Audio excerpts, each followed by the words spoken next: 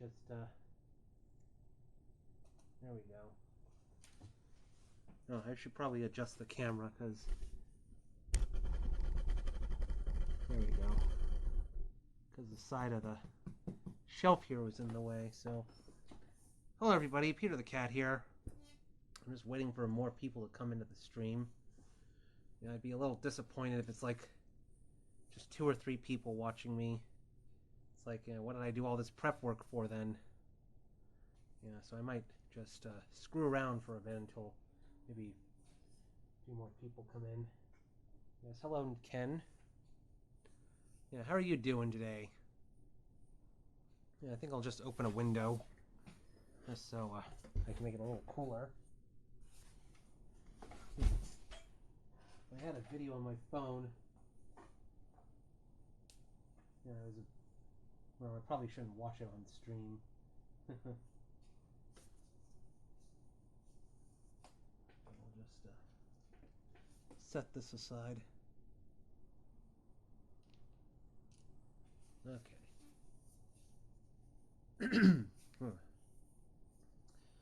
Wait, I might hack a hairball. Alright, anyone else coming in? Or is it just you two? Well, I don't know, is Thursday just a busy day for people? Would have been better if I streamed on Monday or something. Or the weekend. I'm just saying Monday, you know, just as a subversion of expectation. People would think that, you know, Garfield hates Mondays, therefore I must also hate Mondays because I'm a big Garfield fan, and I don't know, maybe just to, you know, like people wouldn't expect a big Garfield fan to stream on a Monday, if you get what I mean. Just to surprise everyone.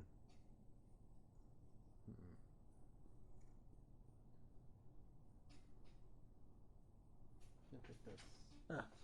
Oh, I know, I have something I might show off while I'm waiting for more people to come in. Yeah, let's see.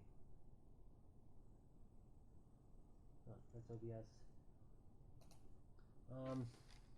Oh, I'm gonna have to shrink the screen share to show this. Yeah, let's see if I can find the folder.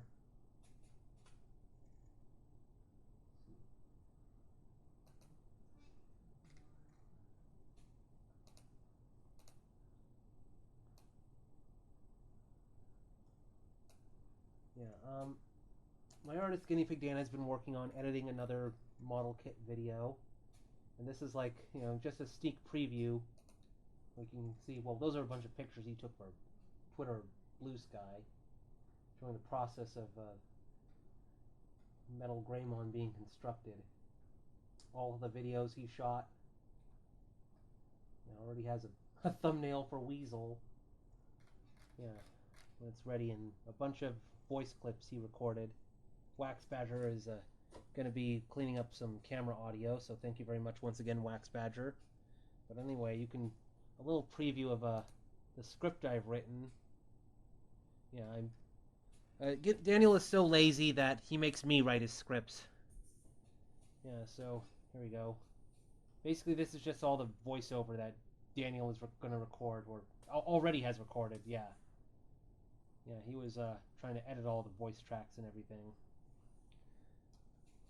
Yeah, in order to fill all the space where GuineaPigDan is like building the model kit, he'll speed it up in a time-lapse sort of fashion, and he'll just record a bunch of stuff over it to talk about, and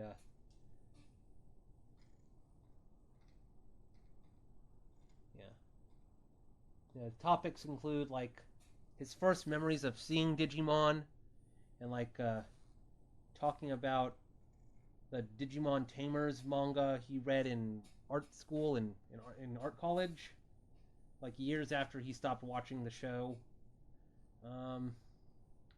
How one of the writers of Digimon like wanted to do a Digimon versus cancel culture episode. Like, I don't think they ever made it, but just the idea of it seems kind of a bit absurd. Like, I don't know, they have Agumon is about to fight some evil Digimon, and then the villain is like, oh, you know what, Agumon? I got some really unsavory tweets you made back in, I don't know, 2010 that you forgot you ever made. I'm gonna spread these all over the internet and ruin your reputation. You'll never get another job. And I don't know. I'm not sure if that's what they were gonna do, or it's just, I don't know.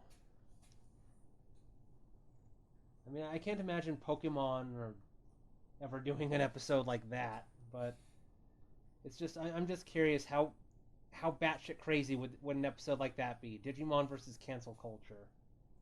I mean, I'm not even aware if Digimon has even had any like controversies like the way Pokemon is. Like, people have complained that Pokemon is satanic, because I don't know, it uses pagan symbols or something, or people saying that Pokemon is racist because Jinx looked like a racial caricature of a black person, and they changed Jinx's skin from black to purple because of that. Or I don't know, people saying Pokemon is pro-Nazi because there was one Pokemon card with a swastika on it when it was really a manji.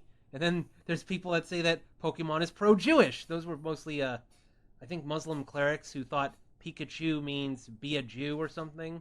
So, yeah, like, and then of course there were Pokemon toys from, I think, Burger King that suffocated some kids, and so they had to be recalled.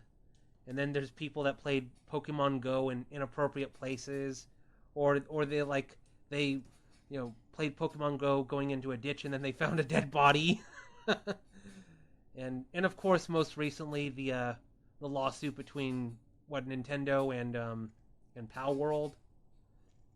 Like, Pokemon has just had, I don't know, gone through so much shit, and I can't think of Digimon like ever getting into something like that where one of the writers of Digimon would be like, you know what, the issue of cancel culture is so important that we should have the anime like address it somehow. Like, if anything, Pokemon would be justified to do some sort of cancel culture special or something, just because of all the bullshit well, not all of it is bullshit. Some people would say the Power World lawsuit is one place where Nintendo's in Pokemon is kind of in the wrong, but still, it's like, you would think that Pokemon would be more likely to do that rather than Digimon. Of course, that particular writer could just be someone who's terminally online, for all I know, and I don't know, is too worried about what people on Twitter or /X think about something. I don't know. Let's see, anyone else coming on? Oh, Difference Furry. Hello. Wait, there are people that think Digimon is satanic? I know there's like fundamentalist Christians that hate anime just because it has like non-Christian symbols or something. Like, holy shit, a cartoon produced in a country that is mostly Shinto and Buddhist is like gonna reference things that aren't Christian? Who would have thunk? I don't know. So, let's see. Yeah.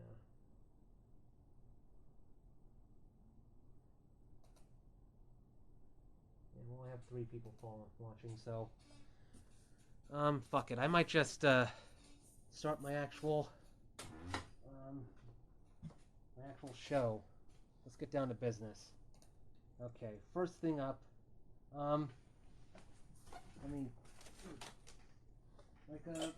Was it last stream or the last stream before that? I don't remember. I talked about how Sean Lennon, John Lennon's younger son, is going to reissue the one-to-one concert. Now, the only audio we've gotten from the one-to-one concert was this album from 1986, John live in New York City, and the people that performed with John during this concert didn't like this album because there were 2 concerts they did, one in the afternoon and one in the evening, and this is the afternoon concert, and the performers that were with John and Yoko thought the evening concert was the better one. And some excerpts from the second concert were released on the John Lennon Anthology in 1998, I think. And speaking of Anthology, well, you see, we got that announcement very recently, but now we have an announcement that this trilogy, the Beatles Anthology...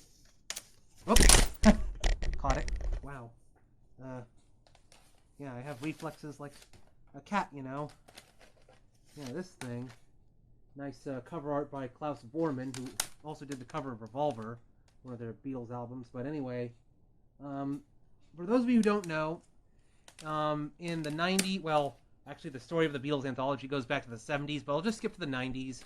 Long story short, the surviving Beatles, Paul, George, and Ringo, decided to reunite after Yoko Ono had given Paul some old tapes John recorded in the 70s, and they decided to take some of those tapes and turn them into Beatles songs, basically, having John's vocals be the lead, and the surviving Beatles would basically make a song around them.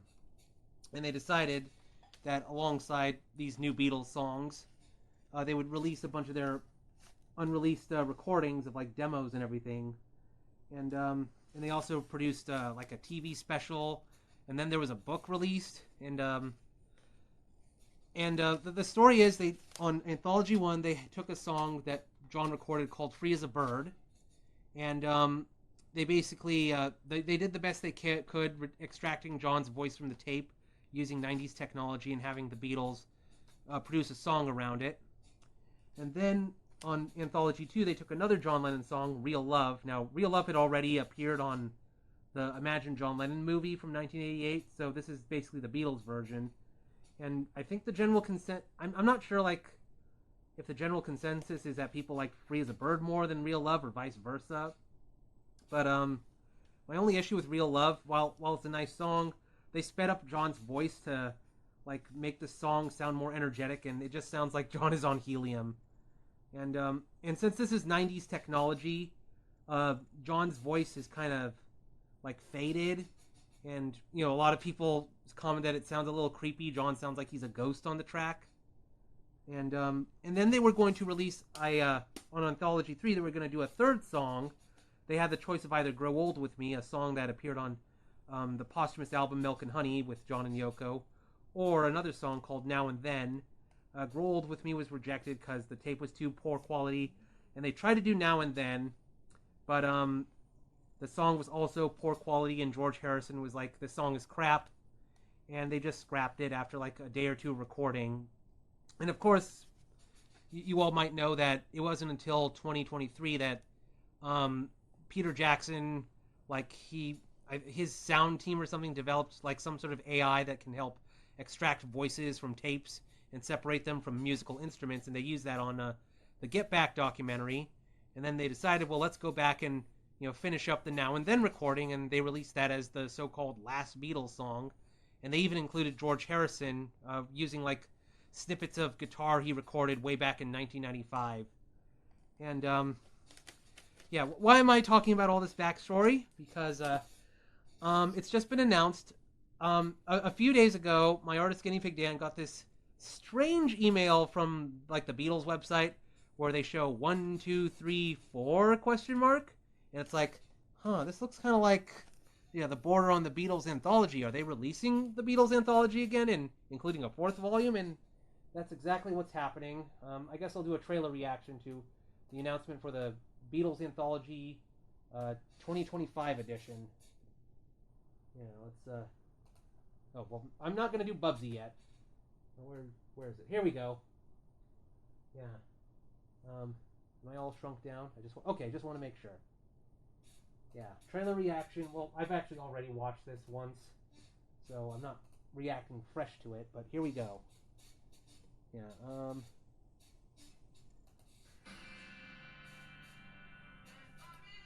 Wait a minute. It just occurred to me, since this is Beatles music, I might trigger a copyright thing.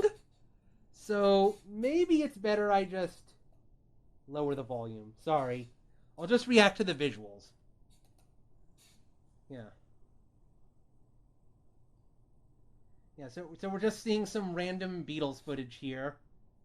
Their story, their own words. And Anthology 2025. I guess that's what they're calling it. Anthology 2025. Yeah, Sgt. Pepper's Magical Mystery Tour. Let It Be. Yeah, without the music, it's like you're just seeing a bunch of random footage of them that's schizophrenically edited. Coming November. Yeah, they're bringing back the book again. Yeah, they already released the book in like 2000 or something, a couple years after the anthology was done. But they have volumes 1 through 3 and a new, brand new volume 4. So, there's a lot of anticipation for what will be on volume 4. Now, if any of you are familiar with lost media searches, usually there's a lot of Beatles recordings.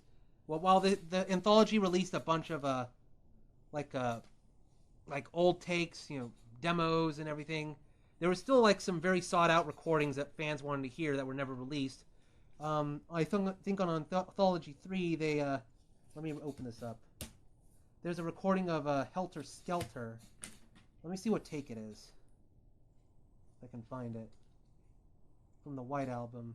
The booklets tell you like what take each song is, and the backstory of the recording. Let's see. Oh yeah, a version of Sexy Sadie. I'll be honest, Sexy Sadie. I'm just mentioning this song because I remember I read that this is a song John wrote to insult the Maharishi Mahesh Yogi after he had a falling out with him during the Beatles trip to India. And he was originally going to call it Maharishi, but George Harrison told him, change the title so, it's not too obvious who we're singing about. And I actually like the anthology version more than the album version, the completed version on the White Album, just because on the anthology version of Sexy Sadie, it's like there's less instrumentation and everything. And I don't know, like, just the minimalism of the song, I think makes it sound more despondent than the album version, which is way more produced and everything. But anyway, I'm talking about Helter Skelter. I'm trying to see if I can find, because what fans really want to hear a whopping 27-minute version of Helter Skelter, and let's see if do they say what take? Okay, so the booklet said this is like take 2 of Helter Skelter, but that's not the 27-minute version. I think that was like a later take, and now a lot of people are probably imagining it's going to just be a 27-minute version of the proto-metal, what they heard on the album, just much longer. But more likely, it's just going to be a more unfinished version. They apparently Paul wanted to release. I think I don't remember if it's just Paul or was it Paul and George. He wanted to release it on the anthology, but George Martin, their producer, vetoed it because he thought it was too long and boring. But a lot of fans really want to hear it. And there's also a lost recording called Carnival of Light, which was some sort of project Paul did for this event in the 60s. And it was only heard once and never been heard again. And fans were really clamoring to hear it. Occasionally Paul would mention in interviews, I'm doing some sort of project with it, and then we'd never hear anything about it. And apparently Reddit has somehow gotten the track list of the Beatles Anthology 4. And, oh boy, there's a lot of salt over this. Now, this is a list showing that apparently only 17 of the tracks that are how many are there? 19 plus 17. Okay, so that's like 30. How much that would be? 36 or 37 tracks.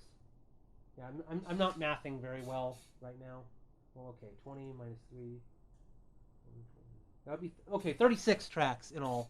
So half of them is stuff that was already released before on some of the Beatles' previous reissues,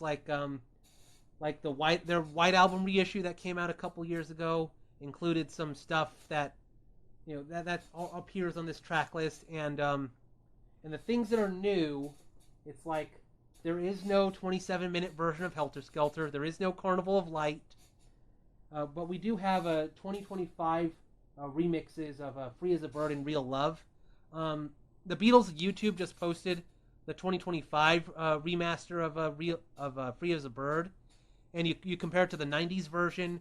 John's voice now sounds a lot clearer and actually sounds more like he's actually there in the studio with them. Similar to Now and Then, basically Peter Jackson's voice separation AI or whatever has basically cleaned up the voice a lot. I don't know if I don't know if they've posted the 2025 version of Real Love. That's the one where they sped up John's voice, and I hope that if they I don't know, I hope they choose to just slow it down back to its original speed. I remember there was someone on YouTube that posted an edited version of the Beatles Real Love, but slowed it down to match John's original demo, and it actually sounds much better when it doesn't sound like John is on helium or something. But I don't know. That is I am a little let down that they're not going to release Carnival of Light for whatever reason. Let's see. Is there anything here that's interesting?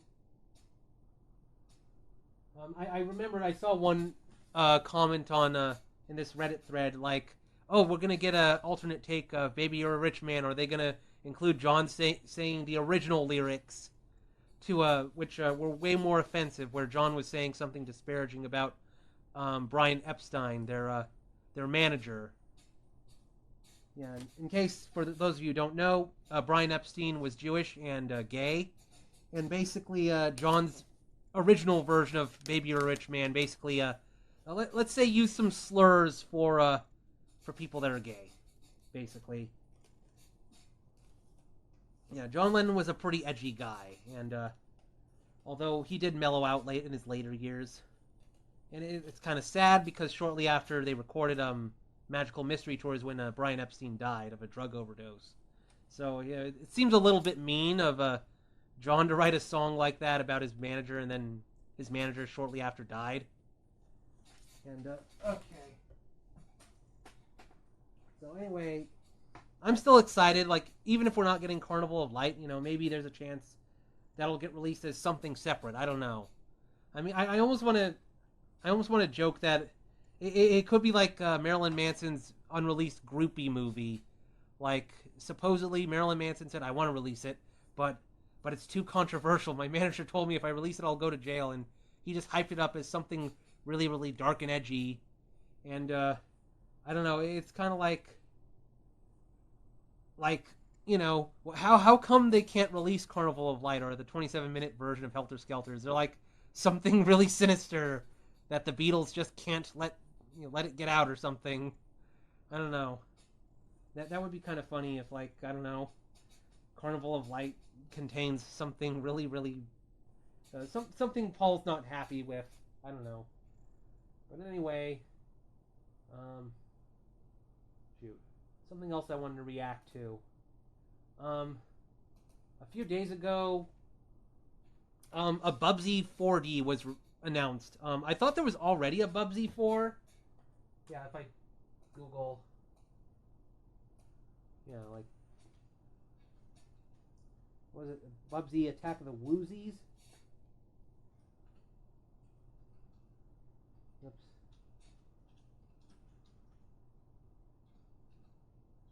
I'm probably not.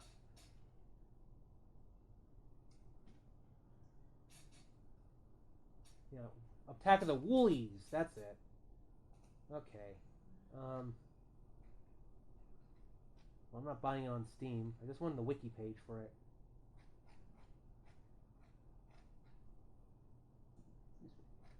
I'll just type in wiki. Yeah, just so I could...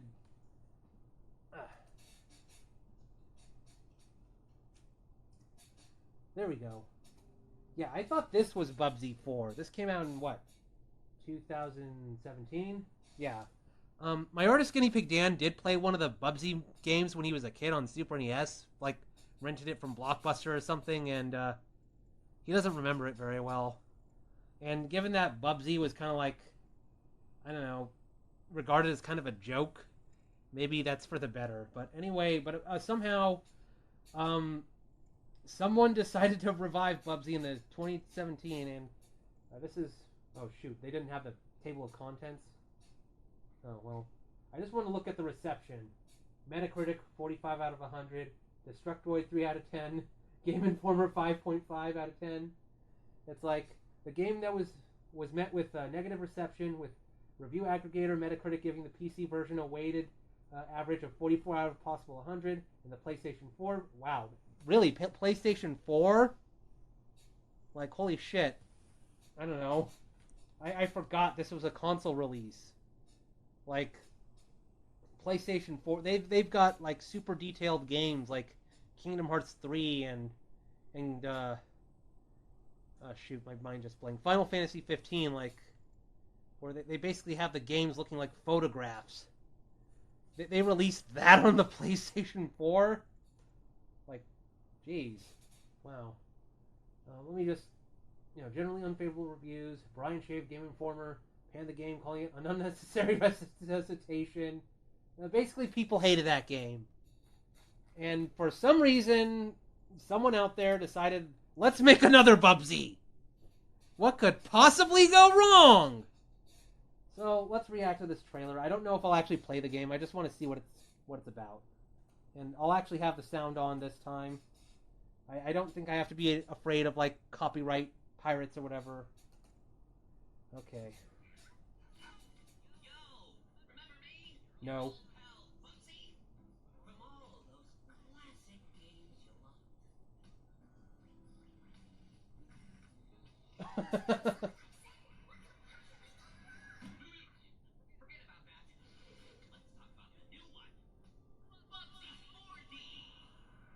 He does look a bit like Garfield, I have to admit, with those eyes. Atari, really?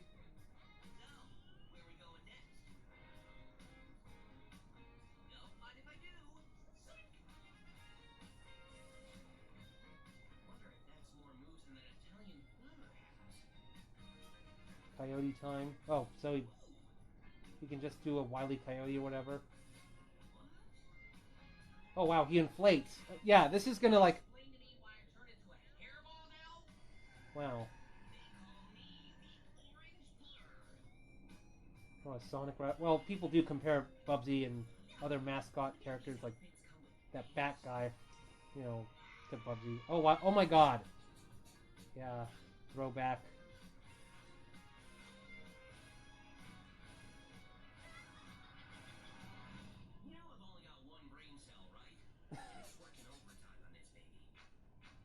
Well, I have to compliment them that they're basically playing into Bubsy just being an annoying piece of crap. Oh, someone's messaging me. What is this? Who's possibly messaging this kitty right now? Don't you know I'm doing something important? Reacting to Bubsy? Huh.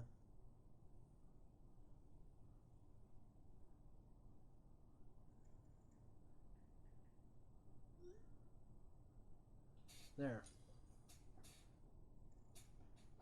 I don't know. They're at least playing into a bit of self-depreciation. I guess I like that a little bit. Like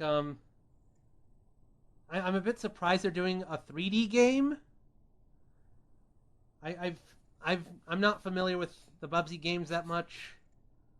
I'm not sure what to think of this. I mean, Bubsy looks a bit interesting. They gave him a bit of a makeover, and I don't know, having him puff up like that. I'm sure the particular furry artists are going to have a field day with that. I mean, I don't know. I guess it is a bit of a. I don't know. Someone must have looked at Garfield or something and decided, I don't know, let's make Bubsy kind of look like that.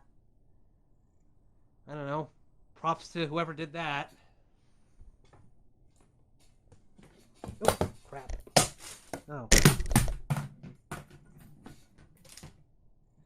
Well, I probably should, I don't know, make more room on my shelf or something. Garfield's being a little disobedient cat right now. Oh, well. Okay. What could possibly go wrong? Yeah. Alright, anyway. Okay, Anthology. Well, something else I wanted to react to. Now, back in July, I think, I reacted to Chris Pratt announcing Garfield 2. Unfortunately, I forgot to like save that VOD, and it got deleted after a week. So I've decided that to make up for it, I'm going to re-react to the announcement. Yeah, here. Yeah, so Chris Pratt looking at the Garfield pizza. Who ordered this? You did. I see. Apparently, some people like got upset at this video just because Chris Pratt is like opening a pizza and not a lasagna. I mean, having it in a pizza like makes it convenient, you know, keeping it covered in the box and everything. I don't know. But, you know, I think I said before, I am kind of interested to see what they do with the Garfield 2. I thought the first Garfield movie was alright. I'm not. I will say that having a Garfield movie where the plot is Garfield has to overcome his daddy issues or whatever is not my first idea for a Garfield movie, but neither is the whole, you know, Garfield has to survive a giant storm and, you know, has to actually talk to humans and gets all the pets to convinces them that they have to break their oath of silence to talk to humans and warn them about the storm. Like, that wasn't my idea either for a Garfield movie, but that's what Jim Davis wanted to do back in 1988, Garfield's Judgment Day. I don't know. Could you imagine if, like, for Garfield 2, Jim Davis just, well, even though he's not writing the movie, he's, I think, just an executive producer. What if he told the writer and director, hey, Mark Dindal, I think he's the guy that did Emperor's New Groove. He's like, I want to finally do a big screen version of Garfield 2. Like, or a big screen version of Garfield's Judgment Day. That's what I mean. Like, I don't know. That would be pretty crazy. Let's see. What are people saying? Sean Chiplock, a.k.a. the voice of Kinger from Amazing Digital Circus, and Scarecrow from... Oh yeah. Sean Chiplock is voicing Bubsy. Yeah. Yeah, weird story. GuineaPigDan, well, I'm not sure if knows is exactly, but GuineaPigDan first became aware of Sean Chiplock due to the Bedfellows. Like, back in 2013, Chris Patrick, the creator of Bedfellows, was like wanted a new animator, and GuineaPigDan applied, and that's like, well, due to Flash dying, you know, it's now probably going to be emulated, but you can see GuineaPigDan's like old animation test he did way back then, and but they hired someone else, and GuineaPigDan says that honestly he's actually kind of glad he wasn't hired, just because he felt like he was too inexperienced at the time and wouldn't be able to do keep up with a web series like that. But he has actually met Sean Chiplock. If we're gotta be careful not to unplug the camera. If I go over and look at our amiibo collection, let me embiggen the camera. Yeah, hopefully I wasn't going off screen or anything while looking at the Bubsy trailer. But let me adjust the camera a little bit. There we go. Check this out. It's a Rivoli amiibo from Breath of the Wild, and look at that. I don't know if it's clear on camera, but GuineaPigDan saw Sean Chiplock at a convention and had him autograph it on the bottom. There we go. Yeah. It's kind of funny. GuineaPigDan has also met Aqua-kun, who is one of the Bedfellows storyboarder. He also ran into, like, I think his name was Jaibuck, who was like a producer on the show or something. It's kind of funny. GuineaPigDan has met a few people associated with Bedfellows, but not Chris Patrick himself. Not yet. I don't even know if Chris Patrick still does cons. I remember, like, there's video of him being at AnthroCon, and he used to do videos where he talked about how, like, people at cons would ask him, oh, can you draw Sheen beating up my persona? And Chris Patrick was like, I don't really like doing that. Yeah. He's been kind of just, I don't know, quiet for a while. He's posted some new Bedfellows animations, but it's just like they're silent and just doing like little skits or something. Yeah, so will the Bedfellows ever make a comeback? I'm not sure. It would be interesting. Okay, let me put this amiibo back. Let's see what other comments there are. I like reading on my iPad more just because it's a little wider. If Sean becomes the new voice of SpongeBob, I think I can die in peace. GuineaPigDan has also met Tom Kenny at a SAC anime, the con where he also met Don Bluth. So, that would be interesting to, I don't know, since GuineaPigDan has met Tom Kenny at SAC anime and seen Sean Chiplock at, I think, furry cons like BLFC and FC or something, like, maybe he could send a message to Sean Chiplock and make a proposal. You know, I met Tom Kenny once, and maybe we can negotiate something after Tom Kenny retires. You take over as SpongeBob. I don't know. I mean, that would be kind of strange. Just imagining SpongeBob talking with either Sheen or Fatigue's voice coming out of his mouth. That would be very strange.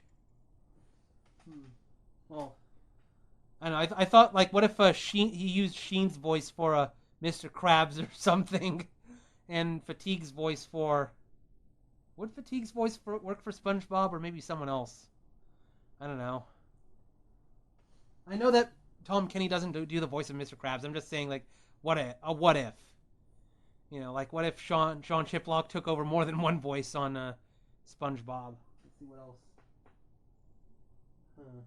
Inflates the lemon bag.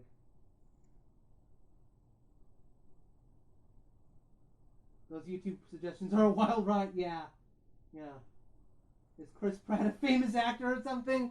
Well, he was in Guardians of the Galaxy, and before he became a Marvel character, he was like Parks and Recreations or something. And Yeah. he's also the voice of Mario in the Mario movie. And what's his name? Charles Martinet only had like a short cameo or something. Yeah, I am a little bit sad that that Frank Welker got sidelined, because he was the voice of Garfield after Lorenzo Music died and after Bill Murray was finished with Garfield after doing the 2004 and 2006 movies. Frank Welker took over for Garfield for the direct-to-DVD movies and for the Garfield show. And it is kind of a shame that he wasn't contacted to... There is a podcast somewhere where they ask Frank Welker, were you ever contacted to do the 2024 Garfield movie? And he said, no, they never reached out to him, which is a shame. Let's see. Yeah, let's see. Imagine Garfield voiced by Charlie Sheen. Was Charlie Sheen the president on The West Wing, or am I thinking someone else? Or am I thinking Martin Sheen? Yeah, I can't remember my Sheens. But anyway, back to Chris Pratt. Let's see. Yeah, Chris Pratt just a few days ago had an interview with Bill Maher, from the guy who used to host Politically Incorrect or whatever. And I was hoping that maybe Chris Pratt would talk about things like, I don't know, maybe talking about the second Mario movie or the second Garfield movie, or maybe, I don't know, maybe he's going to make an appearance in Avengers Doomsday or Secret Wars. And I got wait, what's this? Chris Pratt talks hanging out with Robert F. Kennedy. I love him. Huh.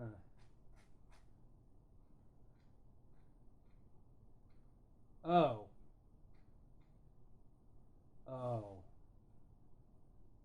Yeah,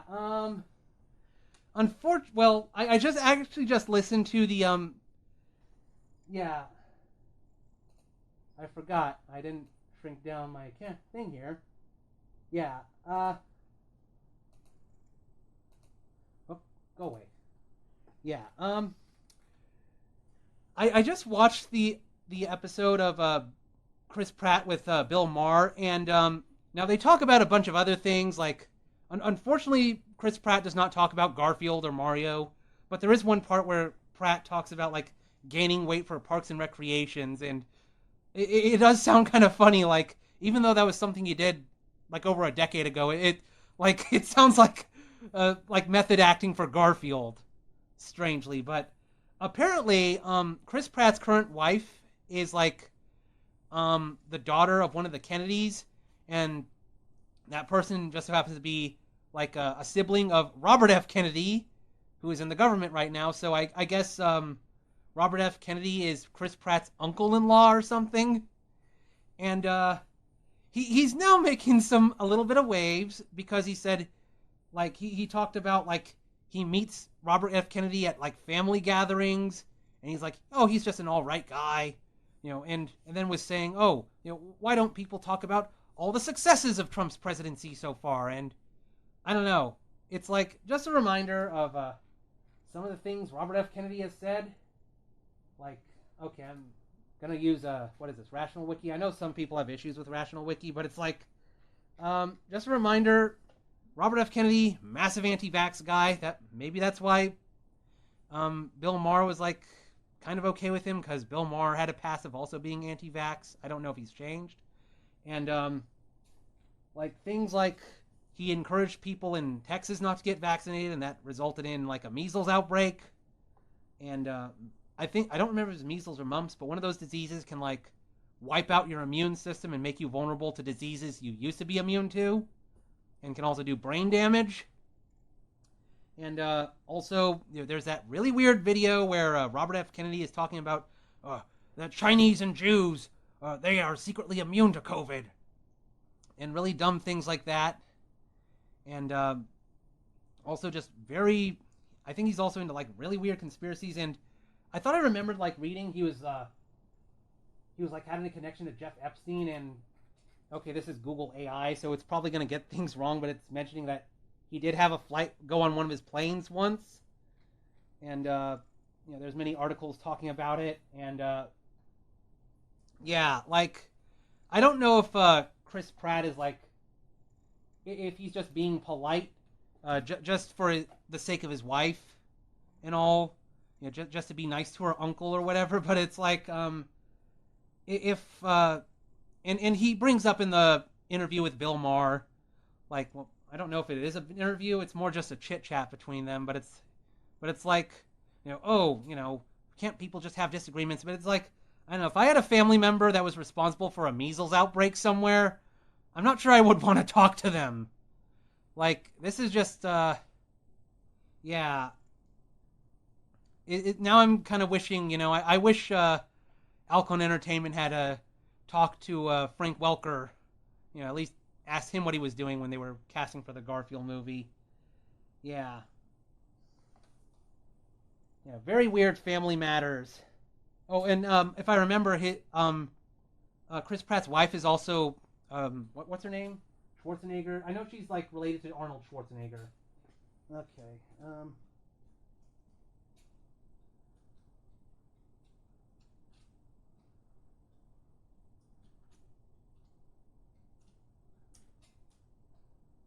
Not his first wife, his current one, Catherine Schwarzenegger. Yeah. So like Chris Pratt, his extended family now involves the Schwarzeneggers and the Kennedys.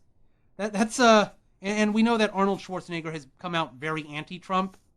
So it's very strange. Chris Pratt has family members that are like on two very different sides of the political spectrum. So that must make I don't know, family reunions very, very awkward. This is GuineaPigDan in May 2026, adding an edit 9 months after I did this stream. A bit of an update. I assumed maybe Chris Pratt was being nice to RFK Jr. to appease his wife. That assumption was wrong. In November 2025, Catherine Pratt had a family member come down with cancer, and she had denounced RFK Jr. cutting healthcare funding. We also had the startling revelation of RFK Jr. writing in a diary, saying that one time he found a dead raccoon, and then he removed the dead raccoon's, let's just say a body part he'd go to the bathroom with, because he wanted to experiment, quote unquote, with it. Yeah, RFK Jr. is just starting to sound a bit like Care of the Wolf to me. Chris Pratt has said nothing about RFK Jr. since his interview with Bill Maher, but given Catherine's displeasure with RFK Jr. and this raccoon diary entry, I highly doubt Chris and Catherine will be seeing cousin Robert next Thanksgiving. I think that's all I want to talk about. Just very strange news with Chris Pratt, and very strange news with the Beatles and Bubsy also. I mean, let's see. We get the Fantastic Four movie, Beatles Anthology 4, Bubsy 4. I don't know. Is that a coincidence? I think not.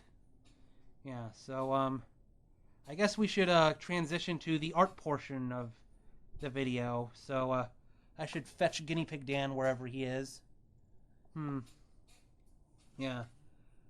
Like, you have to wonder, did the topic of, Robert Kennedy's autism registry, like, ever come up with him and Chris Pratt? Because that's... You would think that would be a very awkward dinner conversation to have.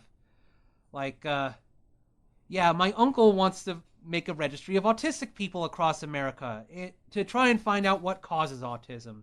There's no nefarious, plans there.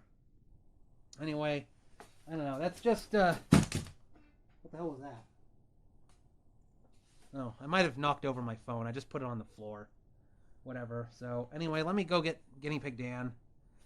All right. Let's see.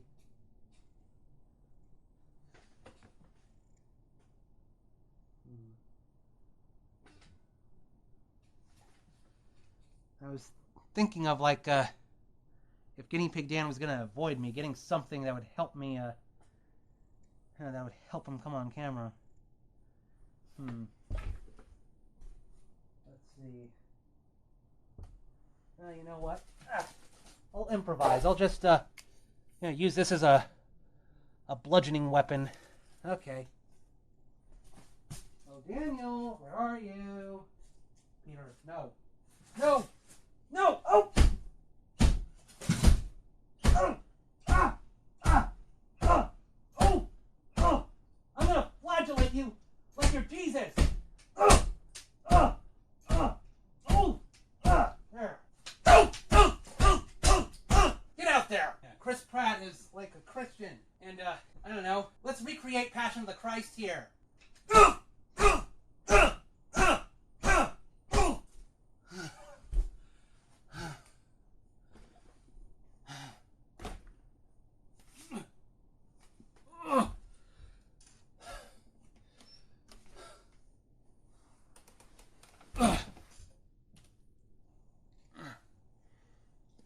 Hi, everybody.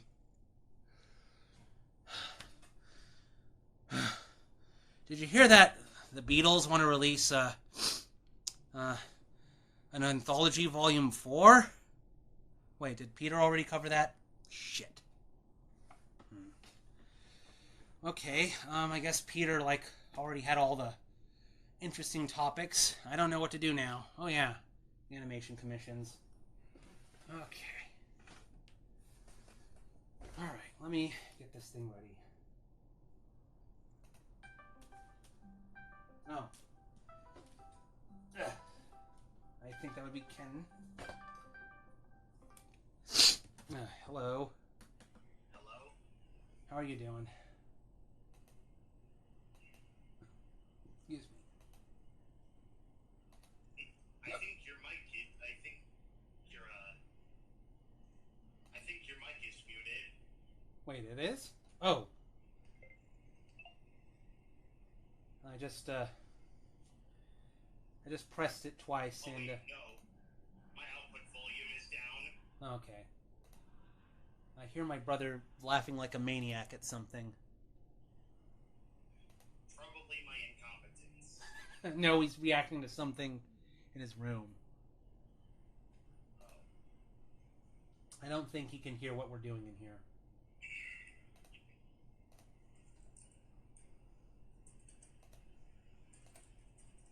Alright. Let's see.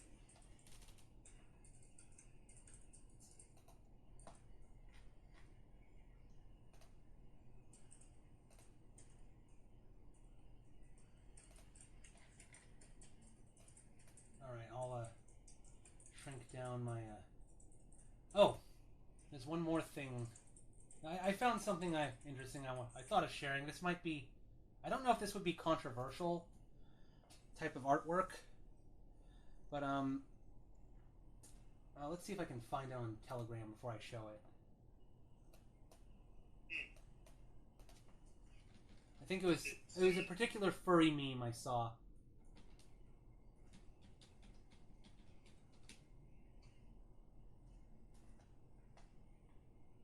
Is it nightmarish? Because I can tolerate that. it's a furry seeing their parents argue, and it's kind of implied family problems, but it's been turned into a weird furry meme. And I wanted to show off where I first saw this meme. It was something with the dead Kennedys. Dead Kennedy, not related to Robert F. Kennedy, although the band was formed in the 70s, so they would have been talking about John F. Kennedy and the senior Robert Kennedy, his brother, I think. Either way, you had me at parents arguing, which is pretty much just my life. Here we go.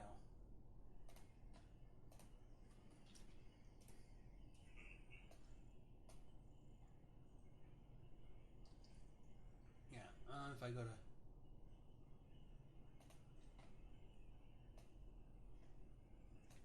Yeah, I just feel really strange. Like it's this... I saw this version of this meme where apparently somewhere on the internet, a rumor was started that Jello Biafra had reconciled with the other members of the dead Kennedys and they were going to have a reunion. And so Jello's Instagram and also East Bay Ray, one of the other members of dead Kennedys, like they basically made announcements saying they are not going to reunite.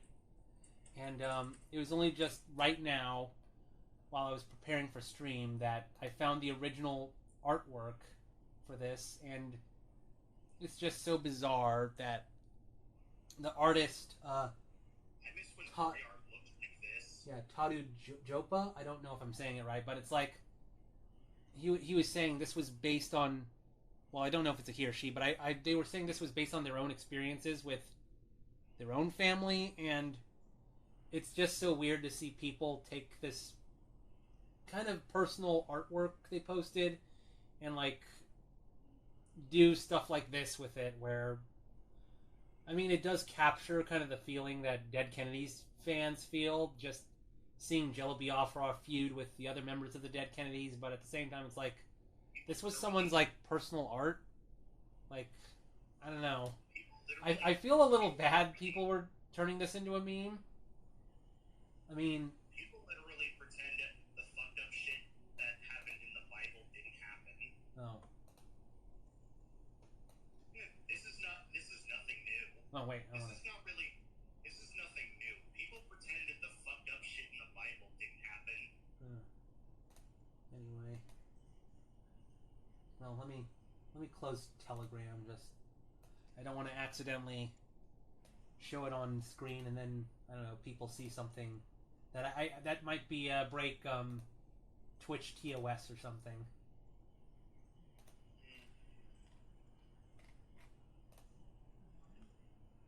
Alright, there we go. Wait. Difference Furry says he got ads? Wait, there's ads on my videos now? I didn't know that. Holy crap. I mean, I know that... I know that, I know that... I've seen Twitch streamers that, like, get ads, but I thought they were, like, have way more viewers than me and, like, are able to monetize their streams. I know I'm an affiliate, but I don't know if I'm making enough... I'm getting enough views and interactions to, like, actually get paid, because I've not gotten any Jeff Bezos checks or anything from Twitch. Alright, I was gonna open up Sketchbook Pro and, review the animation.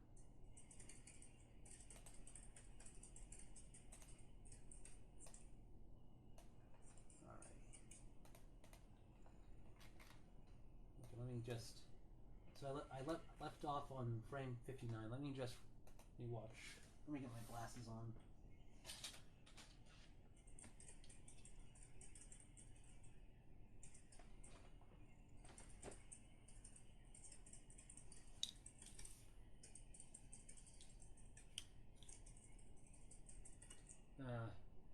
A little better, but I should probably get like an actual glasses lens.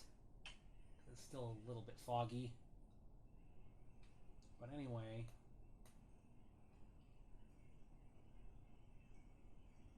Nice to know that Bubsy is still getting games, even if immortality is real. Like, I barely remember the first Bubsy game. Like, I just remember somehow he was able to fly in the air. You mean glide? Or glide, yeah. He just sort of T-posed sideways in the air. Yeah, it doesn't make any sense. But it's been years since I last played Bubsy, so I don't know like how they justified it. Then again, does any platformer from the 90s make sense? Probably not.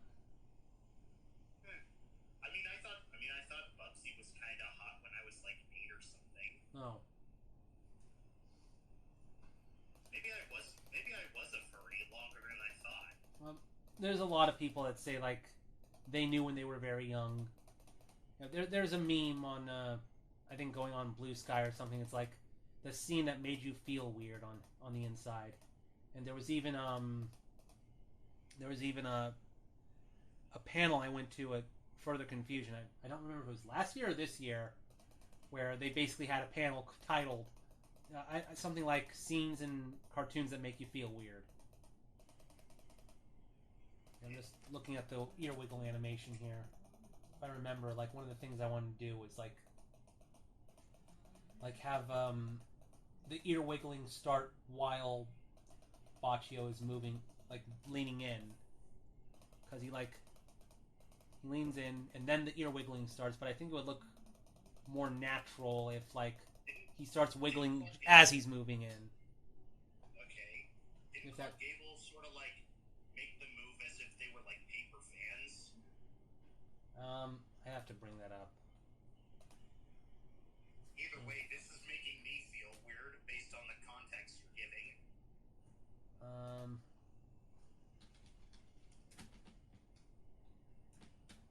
Wow, I cannot spell Disney for my life. There we go. Mickey's Polo Team. Again, make sure the volume's down because I don't know if like Disney is gonna copyright, you know, audio or anything. I wonder who that guy is with the big cigar. Okay, those are Laurel and Hardy. I recognize them.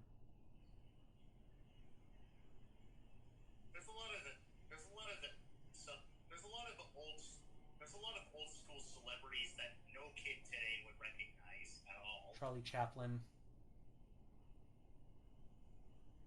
There's a lot of the old school celebrities that no kid today would recognize. Yeah, okay. This is the part I was...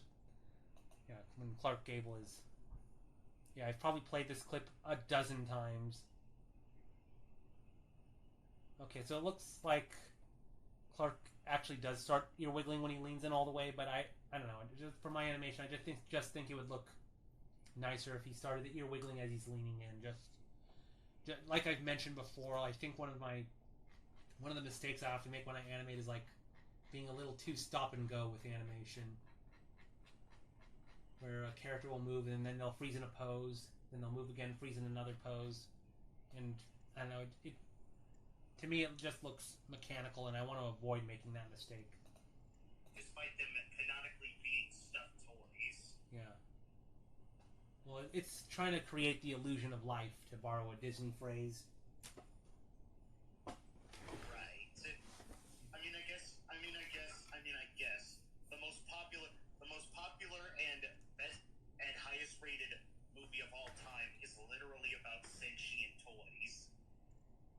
Would that be Toy Story or something else? Yes, but I was referring to since I said highest rated. Oh. If we want to go traditionally 2D animated, there's Raggedy Ann and Andy, A Musical Adventure, which I doubt any of you heard of. I might have seen the Nostalgia Critic mention it. No, not that. Excuse me. This is what I wanted. Ah, she's got hiccups.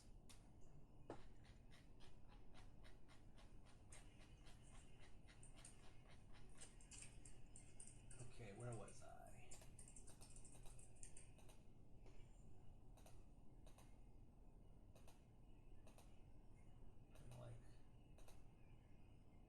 Figure out in what frame would I have the ears. wiggling. Well, didn't Clark Gable sort of like move his ears like they were paper fans? Yeah, like.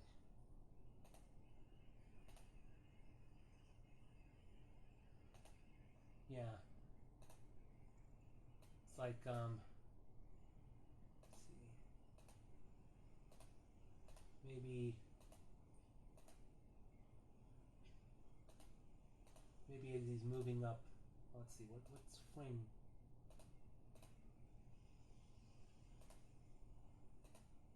I'm trying to think, like maybe Baccio like moves his ears up as he's leaning in, but on the other hand, I'm trying to think like if I want the action to be clear, like maybe would it be better if he starts wiggling his ears after he gets into place?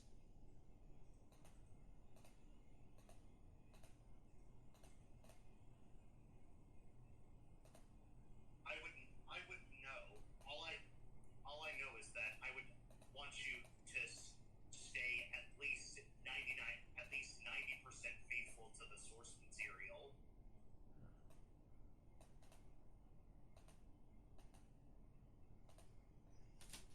Yeah, let's draw the ears here. We draw a snout also. Just a bit. It looks too square there.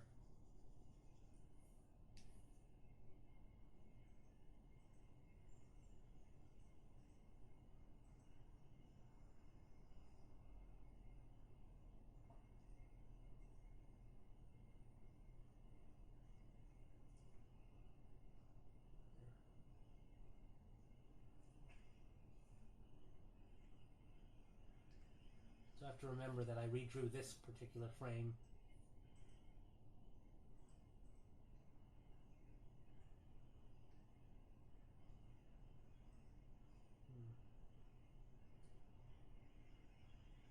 And maybe here I'll draw the ears looking a little higher.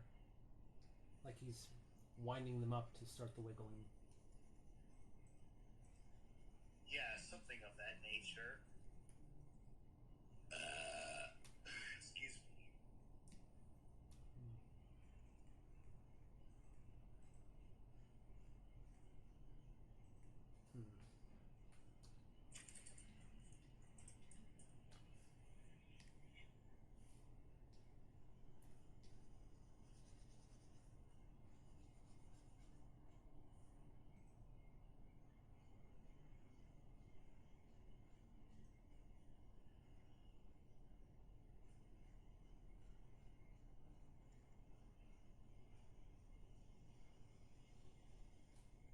Okay.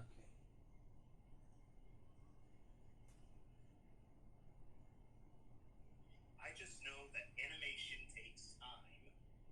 Time takes time. Money takes time. And time takes money. Okay. Doesn't look like that frame is too different from the previous one, so maybe I'll wind up the ears even a little bit more.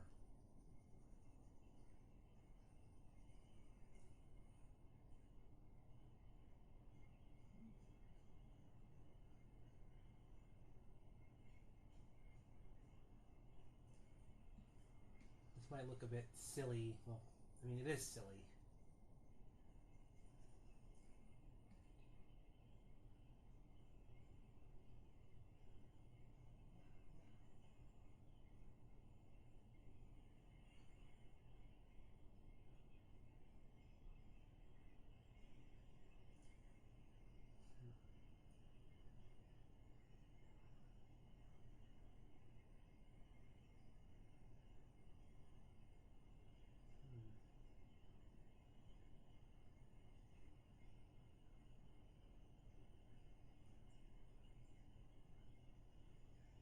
Okay, for this frame, I'll add a frame where Baccio is like leaning in a bit.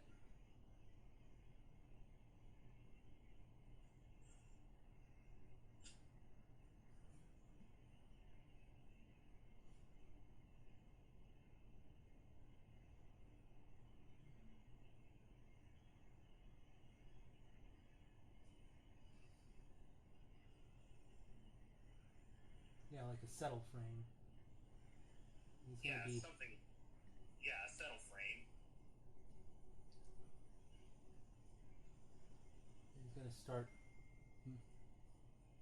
Oh, a friend just messaged me. Let's see. Okay, I'm gonna have him, like... Yeah, doing this part of his animation. Where the ears are about to flap down. Let me...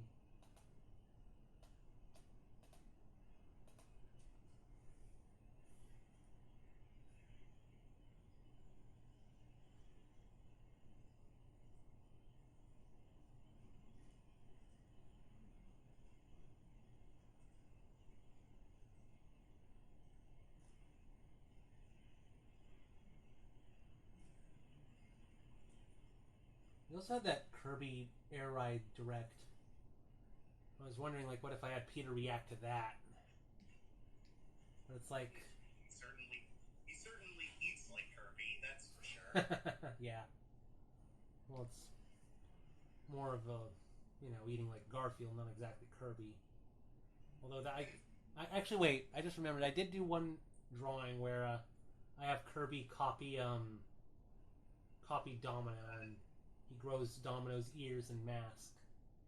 And then I also have one drawing based on Sakurai's old Smash Directs, where he's doing this pose, and he says in Japanese, well, he's not literally saying "never ask anything of me again." It was something else. And Kirby says, "Ikenai kudasai, please don't." I did wonder, like I had original concepts for that drawing where like what if I drew people bothering Sakurai, like, you know, make Shrek a playable character in Smash Brothers or something like that, and Sakurai would get pissed off and be like "urusai," which is shut up in Japanese. I don't know if I said it right, so if there's anyone that knows Japanese better than me, I apologize. You know, I'm gonna do a deep apology bow for butchering how to say "shut up" in Japanese. Yeah, but instead I just went with a reference to the whole "never ask anything of me ever again" meme, which funnily Sakurai was shown that meme in like some podcast he was on with I'm trying to remember his name, Hamada or something.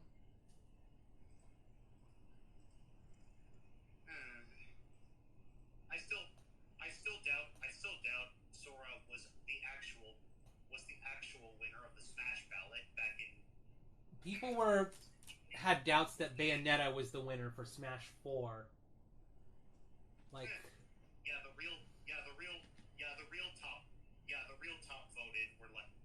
real top voted was like Goku or Shrek.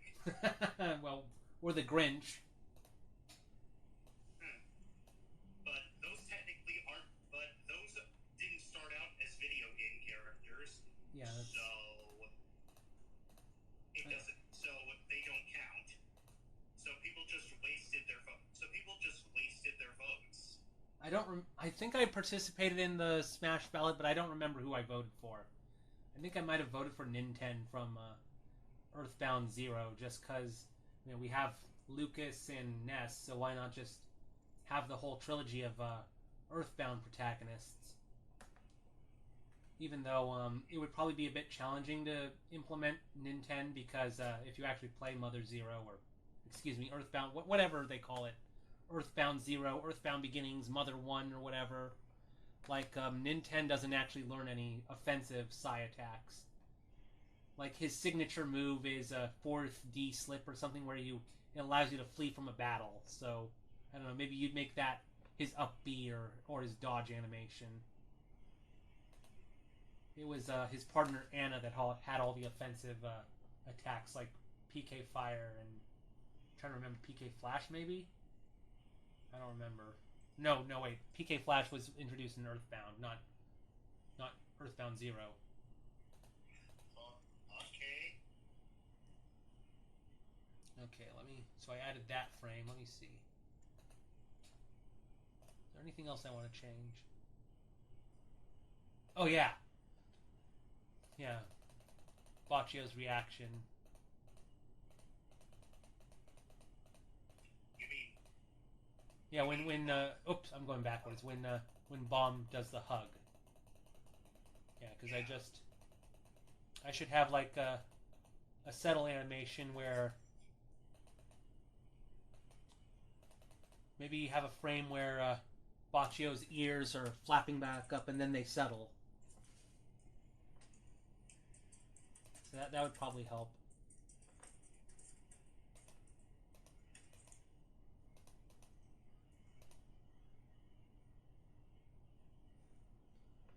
So maybe is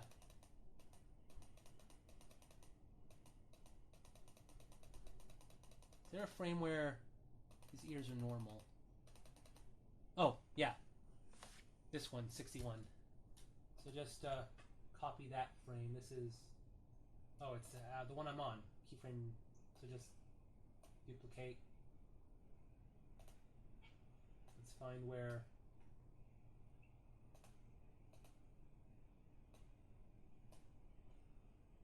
What frame do I want to go on? Excuse me. Where does ear wiggling stop? So 81. Well, I'm not sure I'll have it end exactly on when Bomb like goes in for the hug.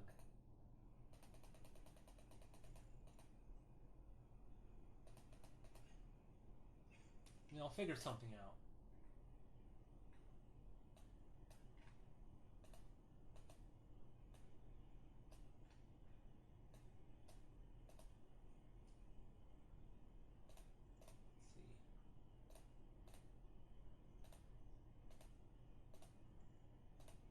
Okay, so there. Okay.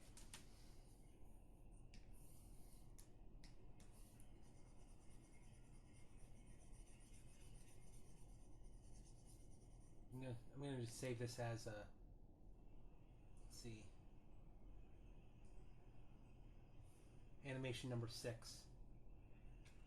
That's something important I learned in art school, that when you're doing an important project, save multiple versions, just in case like your program crashes or you make a mistake somewhere and you have to go back. And there have been several times where I had to go back and fix a mistake in a file. Like I remember for my Sundog of Two Worlds drawing, where I have Perry meeting an alternate universe version of himself. Like there was an outline on Perry that was the wrong color or something, and I had to go through tons and tons of early versions of the drawing to find where I made the mistake, fix it, and then apply it to the finished drawing, and then re-upload the finished drawing onto for Affinity and DeviantArt and everything.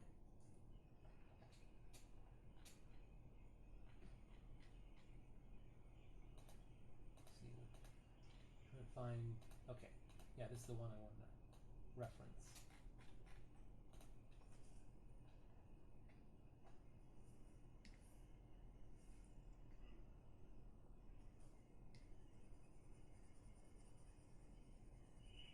Let's see where I put this note at.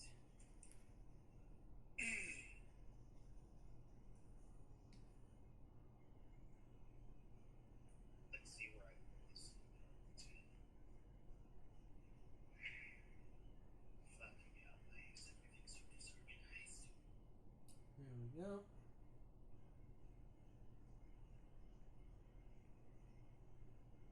There we go, just little tiny ear wiggle.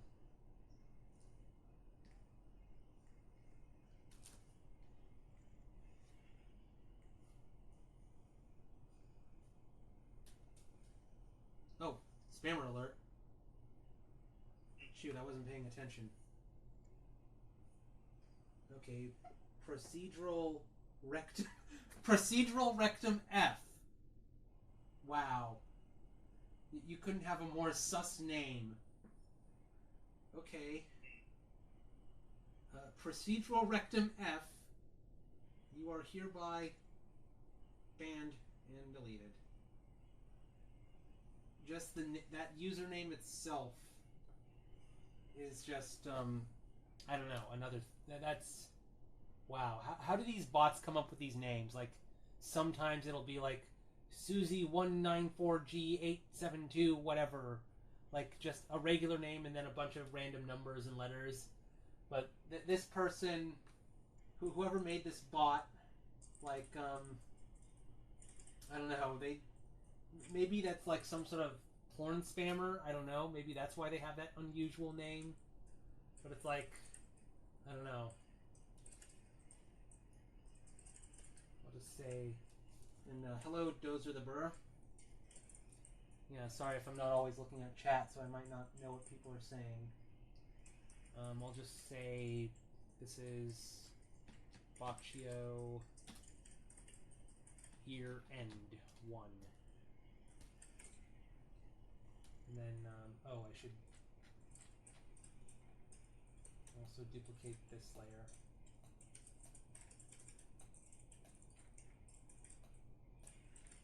Where it's just his ears being normal.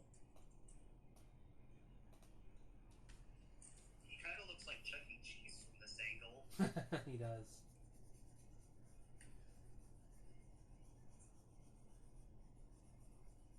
I wasn't thinking Chuck E. Cheese. I don't know. Maybe I was thinking more Jerry Mouse. I don't know.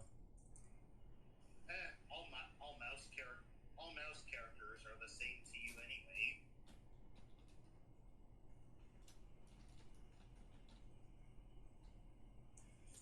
Nope. 2.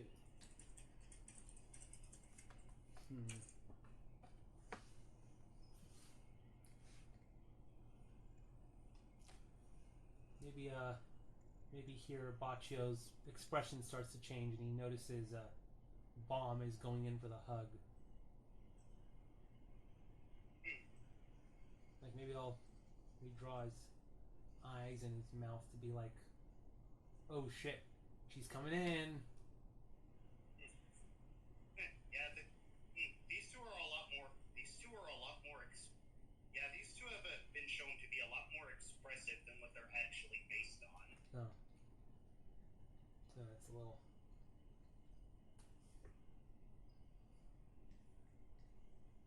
Well, have his eyes opening up like.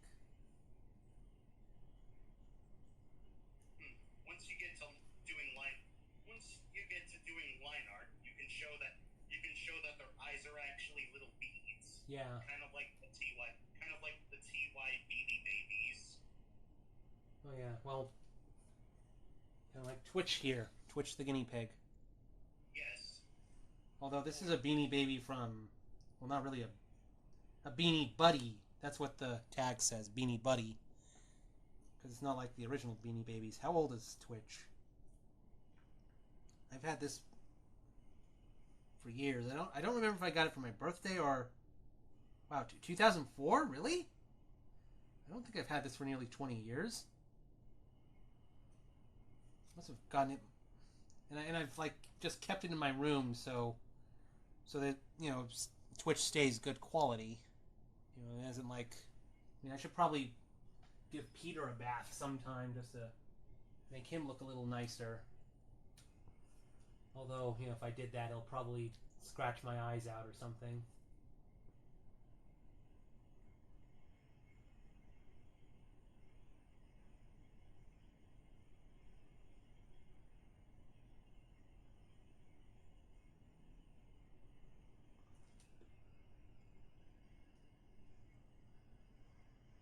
Don't forget his tooth there.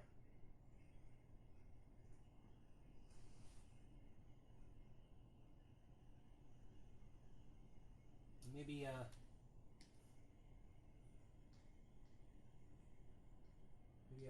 Baccio start to move up a little bit, like he's in surprise.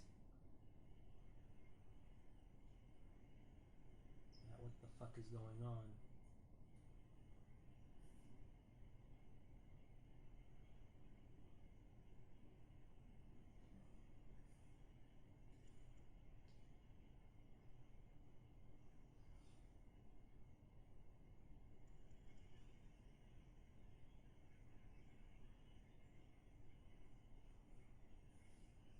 so it's not a completely still frame. Let's see what the frames I have here.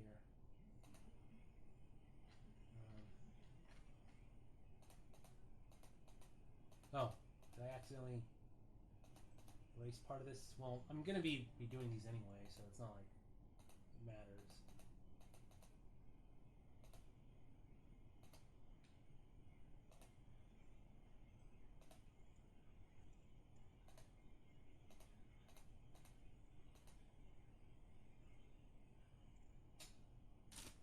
Okay, so I forgot. Bomb has a like a little wind up, and then goes in for the hug. So maybe I should keep these frames of Baccio like watching her.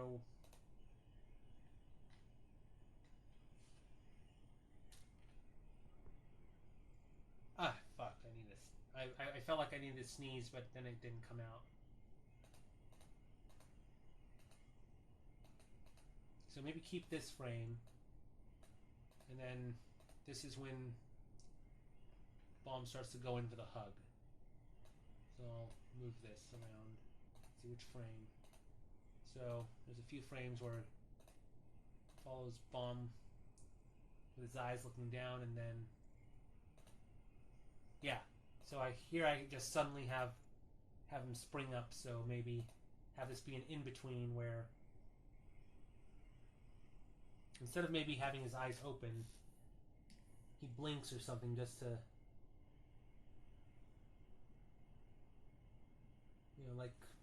so he just doesn't have a blank stare. Let me check something.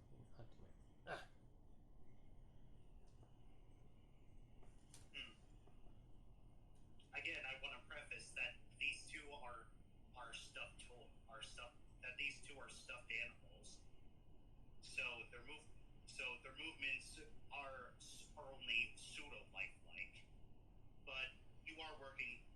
But I am glad you're working with what you have. Yeah. Because I would have intentionally made them move more stagnantly, like how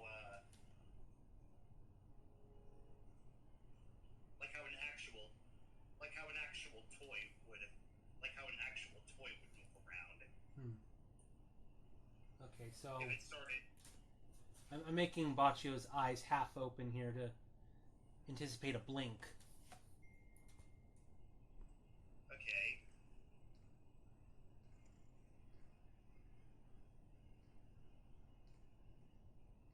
Yeah, so somewhere here, I'll draw some in-betweens that go from here to being surprised at the incoming hug. And I'll probably move this maybe a few frames later. I don't know if I'll have it here or something.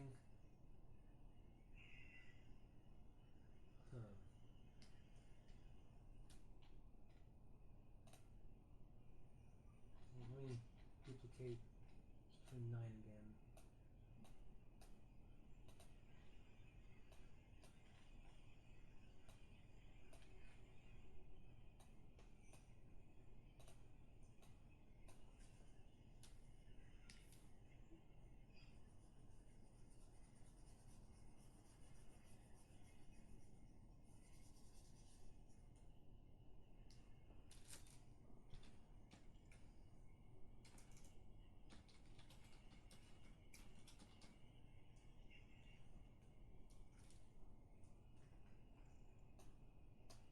Tell that Baccio you're in 3.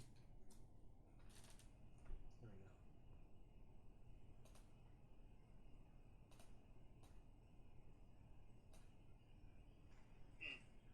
Best case scenario, you'll be seeing at least one of the descendants of the Seven Sages relatively soon. Or perhaps you might have already seen one of them based on the art I've shown you over the few years that we've known each other. Yeah.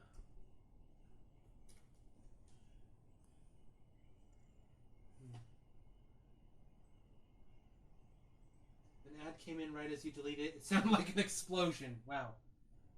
I know that some Twitch streamers like actually get notified when an ad is starting. I don't know if there's anything on OBS that tells me that there's ads or something. Yeah. Well, I'm not sure it would be OBS that tells me there's an ad. It might have to be Twitch itself. Maybe gives me a notification. Like, if I'm getting ads, that probably means I might get paid eventually. I don't know. I did get some sort of email about a payment date or something, but I don't know if I had enough people interacting to like actually make anything. It's not like I expect to become a millionaire through Twitch or anything. I don't know. Maybe in you were discussing with me like those questions about what do you imagine yourself doing in 10 years or something, like I don't know, 10 years from now I'm like the next Mr. Beast or something and on Twitch and I'm directing, I don't know, Saw-like competitions where I don't know, you get $1 million or like you do some sort of competition for charity, but if you fail you die or something. Like I decided to go even more extreme than Mr. Beast.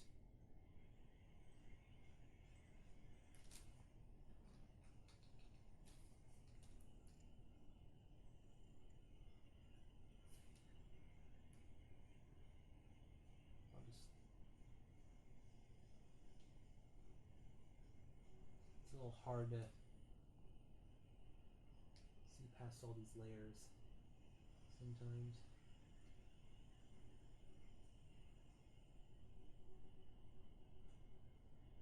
Just want to make sure I have his face somewhere in between these two frames.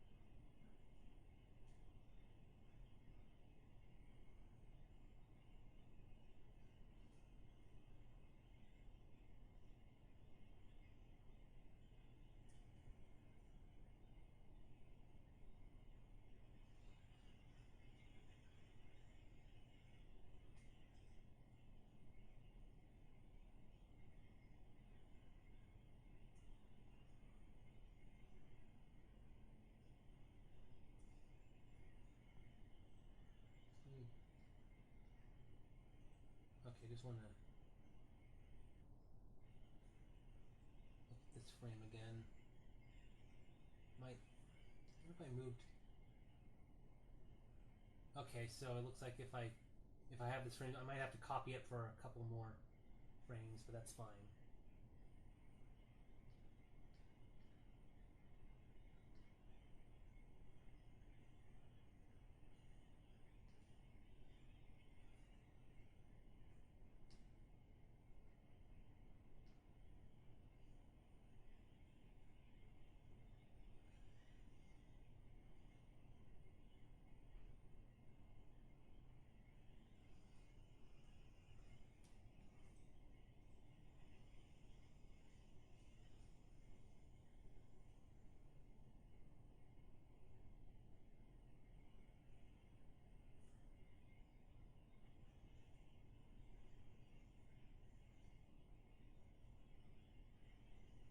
Move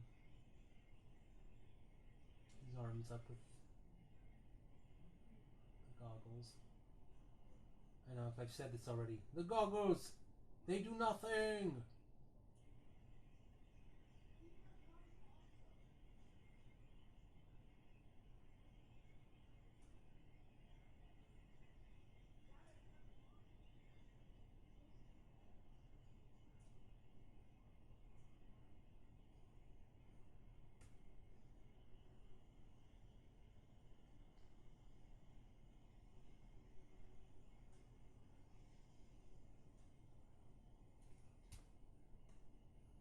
I think, should I have another in between this frame in this frame, or maybe have it more 2 frames more somewhere more in the middle or something.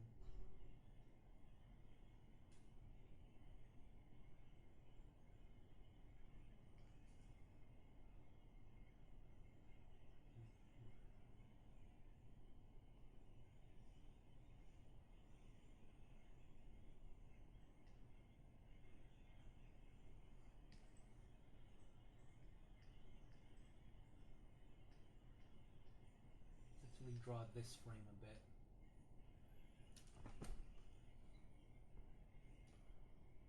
I mean, I do like the surprised expression on Bacchio's face, but it's just, I don't know, make this look a little bit nicer. And I don't know if I want it on particularly this frame, like maybe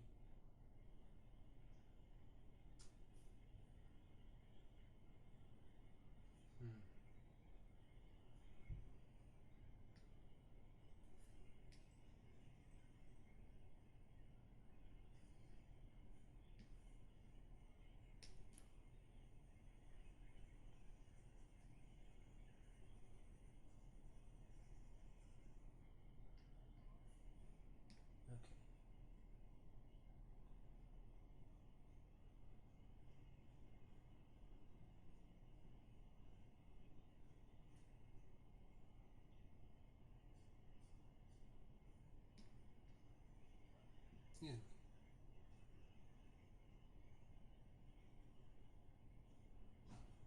I just remembered something I haven't done. I took another trip to the Oakland Zoo like a while ago with a friend of mine, and I took even more photos from. Have I shown those photos? I remember I showed the photos I took in my May trip to the Oakland Zoo with my dad and my brother, but I don't think I've shown the new photos I took. Maybe that's something I could do next stream. I mean, I could just go into iCloud or something and show off the photos that way, but it's like, there's probably some things on my phone that I don't want to show on Twitch if I want to keep this a PG or PG-13 stream. I don't blame you. There's a lot of things I have on my computer that I wouldn't want to show anyone.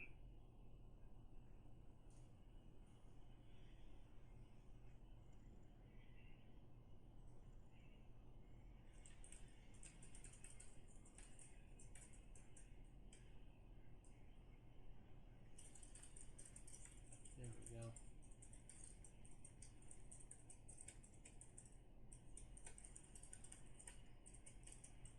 So Bomb looks surprised, but it's not like this where he's scared for his life or something.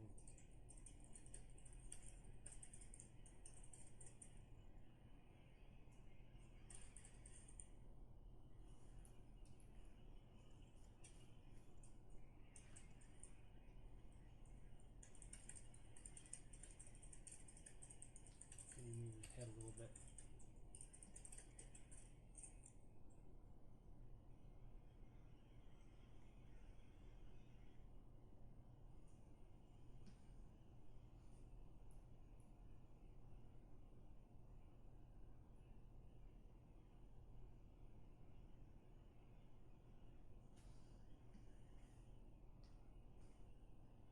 And maybe move the goggles up a little higher.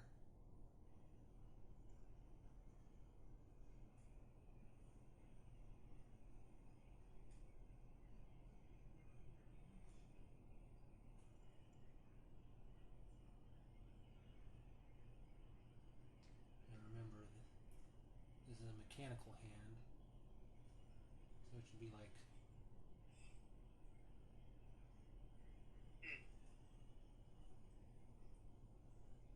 and keep drawing it like he has a regular arm there.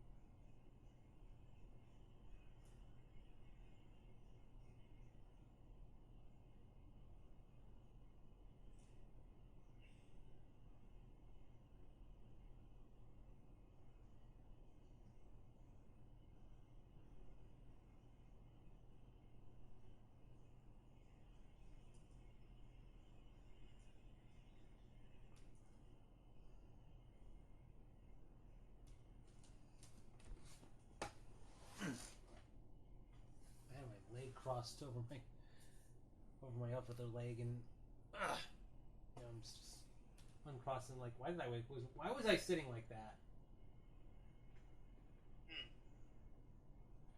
In terms of personality, well, what I was going to say, in terms of personality, these two characters that you're drawing feel like they would belong in a Rankin Bass movie. In fact, I can see that. Most of the, in fact, that's what they're. In fact, that's exactly what they're based. In fact, that's what they're. In fact, that's exactly what they're based on. Specifically, the Rankin Bass movies done in stop motion. Yeah.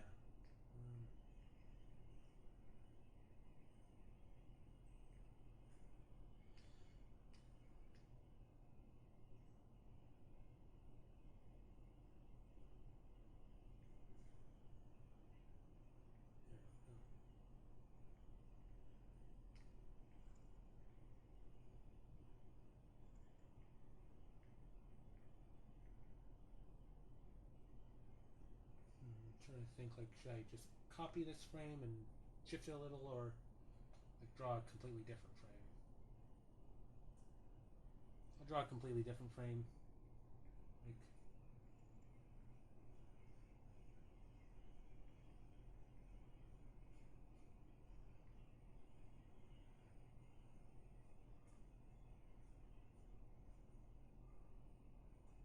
this might be a little bit, kind of a bit of an exaggerated frame.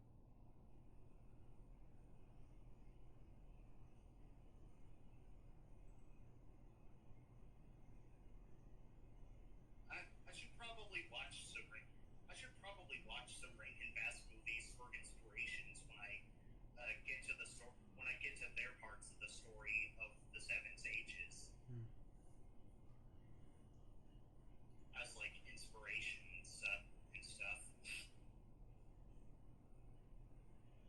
I haven't seen the Rankin Bass movies in like a long time. A friend of mine did show me the Heat Miser, Cold Miser songs.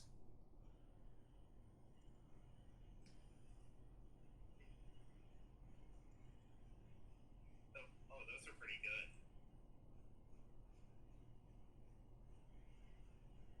Shoot.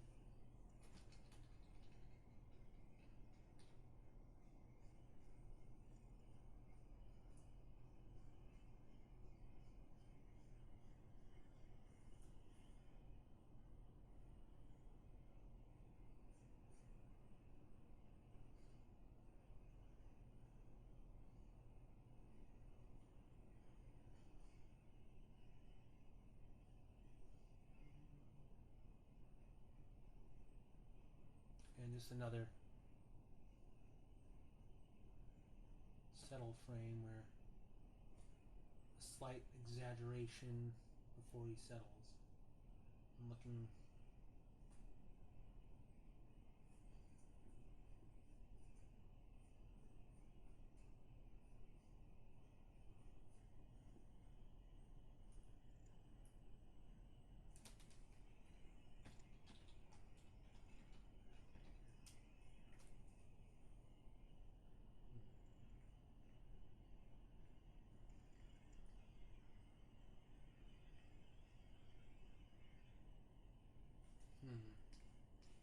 Oh, shoot. Maybe I should head a little higher. Like that, maybe. No, but then it looks like a little too exaggerated, so maybe I'll move it down a little bit.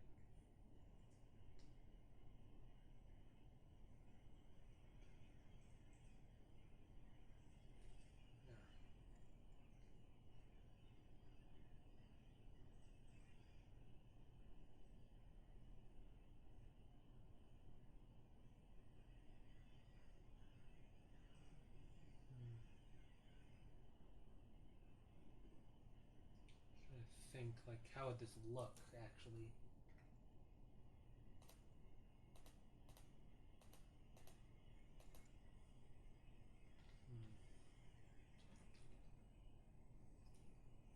Like, I'm I'm trying to figure out what frames would I have.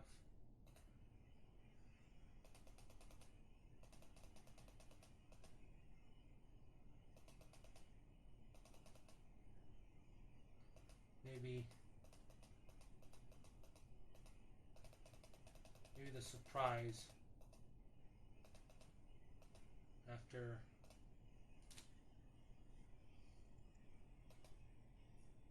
maybe frame 85 I start doing what I call the boccio ear end frames.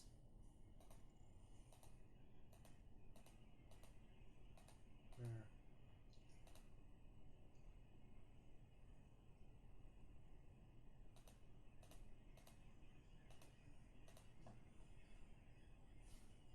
I need to take a break. I just want to take a bathroom break for a bit, so if you don't mind me. Yeah, I think I'll take a break. I think I'll go for a walk too. Oh. While you're doing your bathroom break. Yeah, so be right back, viewers of this stream. Yeah. You mind if I hang up the call and then we call each other again? Okay, just a moment. I'll get ready. I'm back from my break. I just, what are you doing here again? Oh, no! No! No! Oh! Ah! Ah! Ah! Ah! Ah! Oh! Ah! Ah!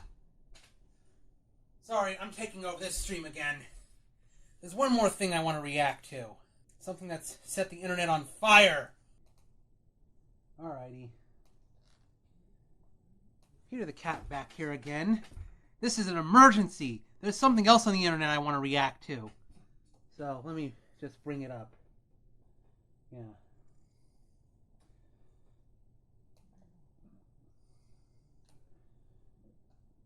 Okay. Here we go. The internet is now exploding because they revealed another mega form for the upcoming Pokemon ZA game. So let me just check the volume, turn it down a bit. I want to see this. Alright. I've always wondered if Victreelbel's that leaf thing, like it just floats over its head or something. Victreelbel, Digivolved to this fat sack of shit.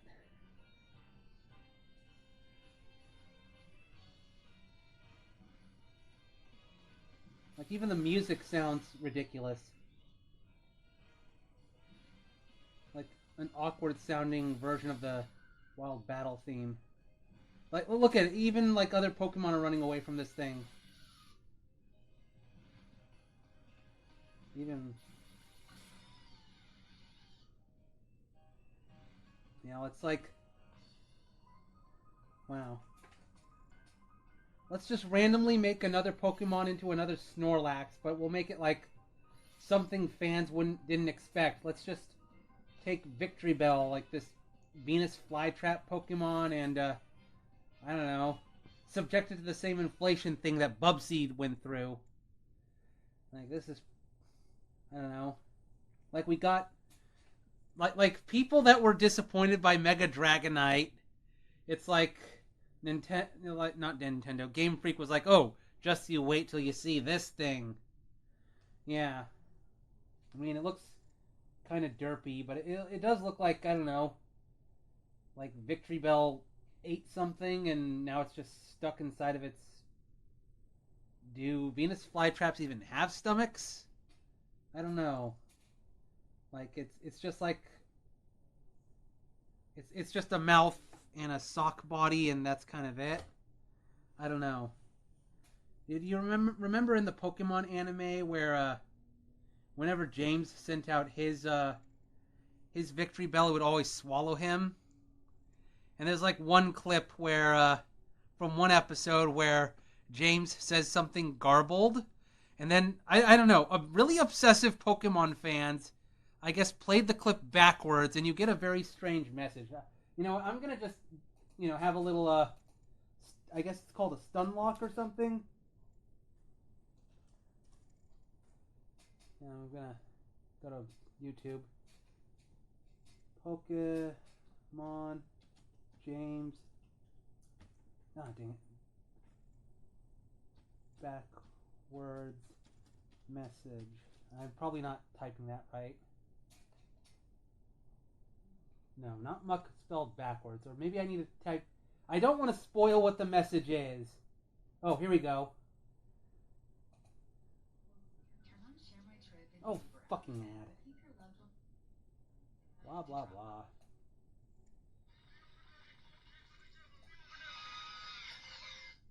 Yeah, let me... Yeah, and for those of you who don't know, there's one episode of Pokemon where James gets swallowed and he says some... When you play it forwards, it just sounds like James is struggling inside of Victreelbel's mouth. But I don't know, some obsessive Pokemon fans decided to play it backwards, and they hear the hidden message, Leo Burnett and 4 kids are the devil, Leo Burnett. And I think the voice of James at the time, I think his name is Eric Stewart, like he was asked at a convention, what was that all about? And he said that they were like making fun of 4 kids for like cutting their pay or something. And I think Leo Burnett was the guy running 4 kids at the time. It's like, it's kind of funny, like, they're like fundamentalist Christians that thought they found a hidden message in the Poke Rap where if you play it backwards, it says, I love Satan, I love Satan, I love Satan. And it's like, it's very likely it's just pareidolia, where you're told there's a hidden message and then you look for it. It's the same thing with Stairway to Heaven. If you play that backwards, you're told, oh, it says, here's to my sweet Satan. They tell you what the backwards message is beforehand, and then when they play it, you hear it because that's what you expect to hear.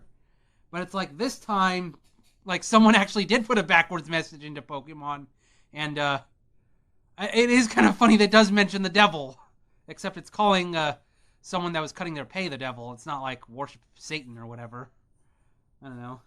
Leo Burnett, there's an idea for some fan art where, I don't know, I have Mega Victreelbel, and I don't know, it says, Leo Burnett and 4 kids are the devil, Leo Burnett! Or I don't know.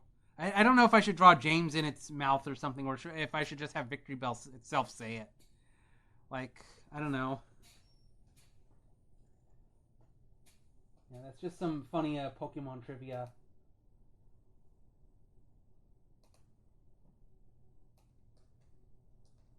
Okay.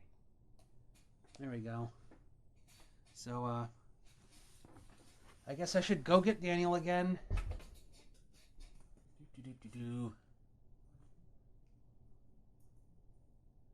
Oh, hello everybody. I'm Garfield the cat. And, I just want to have a message that I know that Chris Pratt is my current voice, but his views do not reflect the views of Garfield Incorporated and Nickelodeon and all. I'm just a cat. Like, I know that my owner, Jim Davis, not my owner, my cartoonist, Jim Davis, is like, is or was friends with Mike Pence, Trump's first vice president, and now, you know, my new voice actor is like related to Robert F. Kennedy. It's like, there's all these very strange political connections with people around me, but, you know, I'm an apolitical kitty, except that one time I tweeted Black Lives Matter on Twitter back in 2020, but I just want to assure people that I'm just a cat. The opinions of people around me don't reflect my own views or of Garfield Incorporated. So, just enjoy the rest of this stream and have a lasagna. Lasagna. Okay.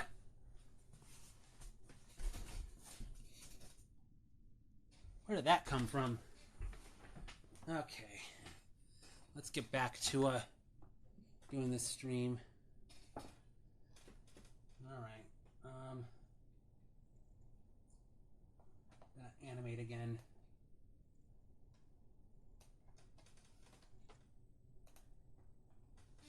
Alright. Excuse me. Jeez, why am I... Oh, jeez. Why am I getting hiccups all of a sudden?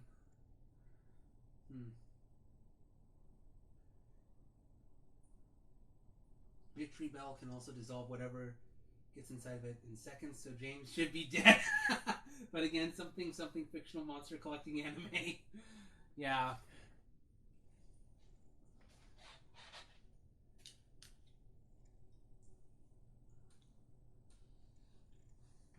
Oh, there's my...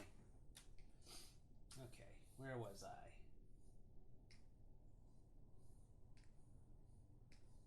I don't want to accidentally move the character.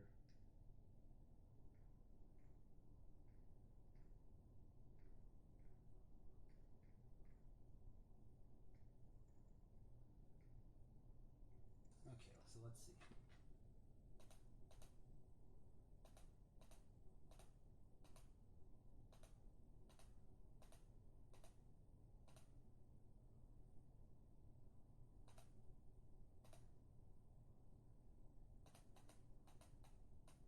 Let's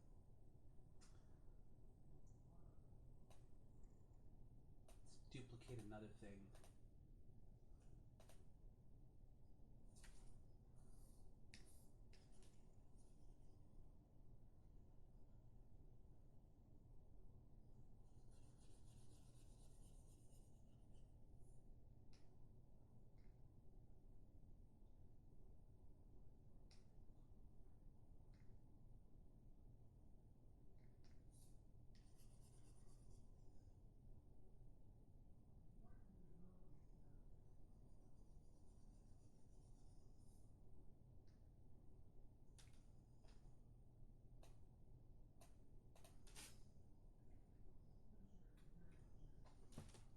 Yeah, just adding in that body.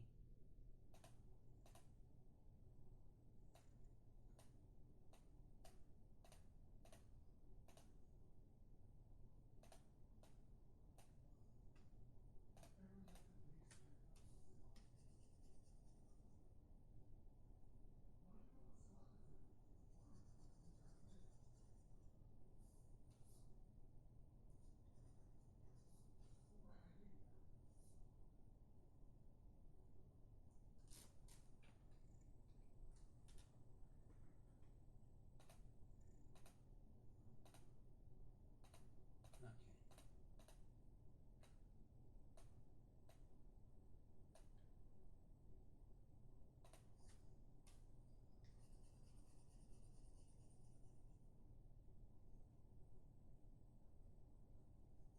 Something else I've thought of doing is like, this would be for way down the line, like actually drawing the background, like you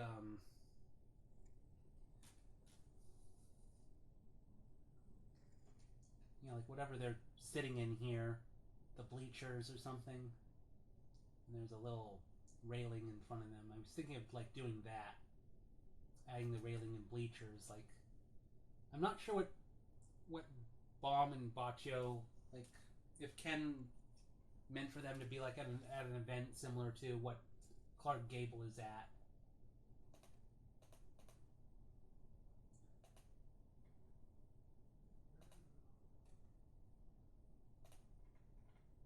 Let's see, how many frames do I have the surprise face?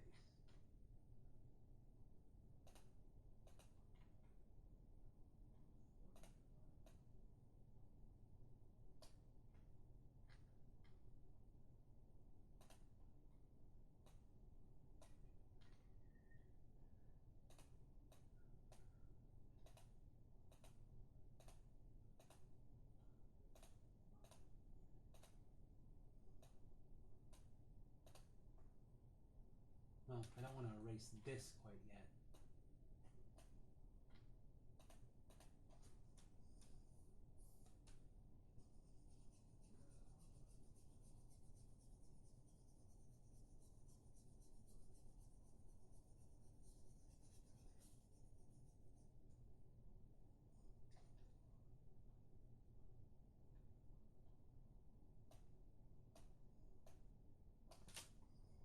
Baccio here and 6.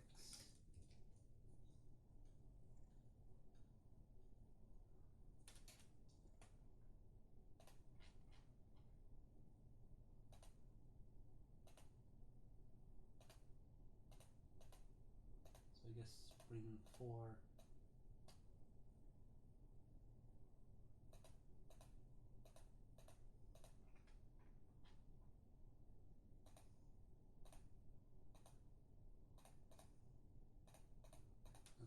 erase. I already duplicated this, so don't worry. I'm inserting the animation of Baccio reacting to the incoming hug.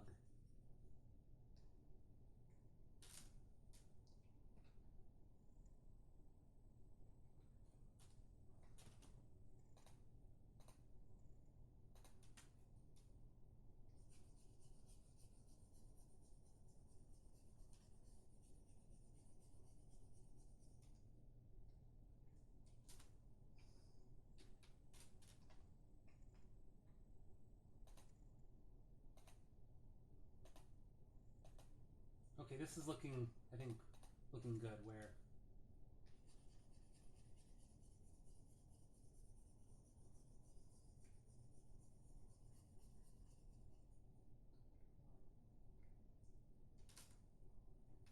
alright.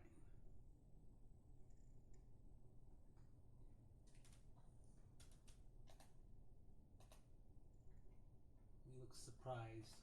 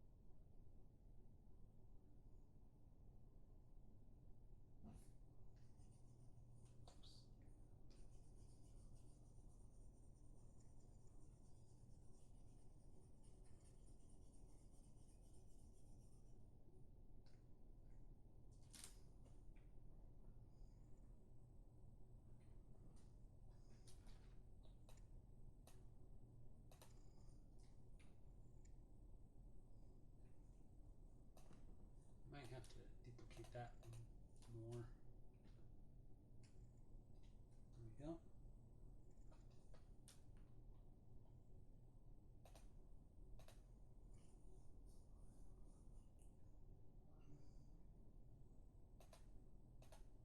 Just one more. Actually going in for the hug.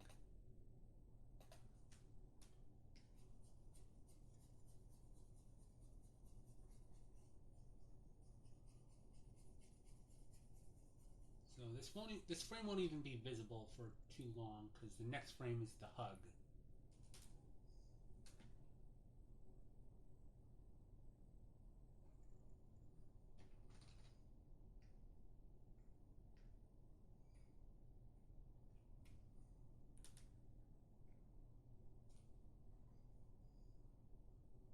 I might redraw that lip.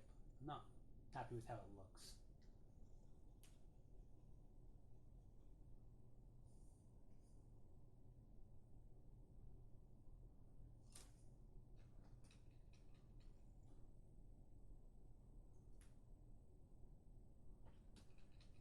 Like, how do I draw a smiling...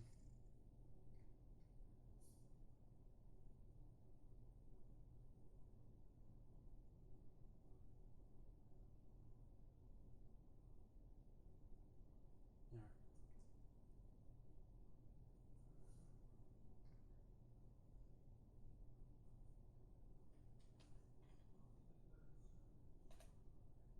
Then we have the kiss frame.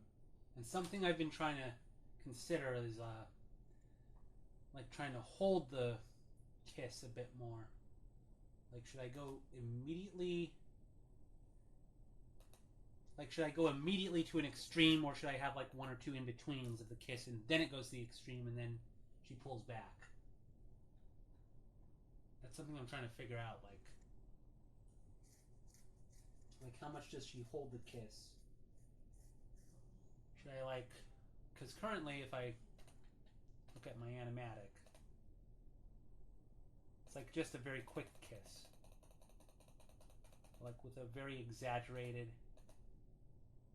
smack like that, and then she pulls back.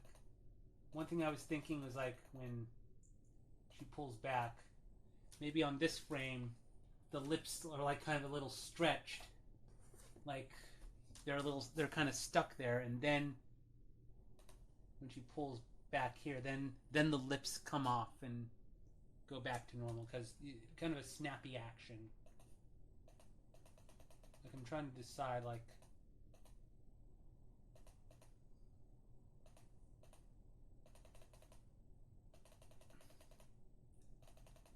doing it like this makes it a fast, snappy action. And I'm trying to decide, like, maybe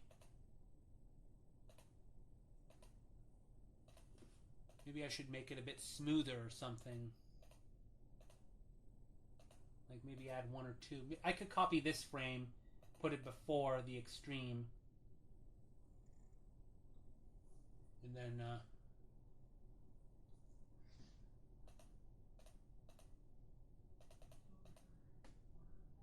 let's see how it looks if I add like some extra frames or something.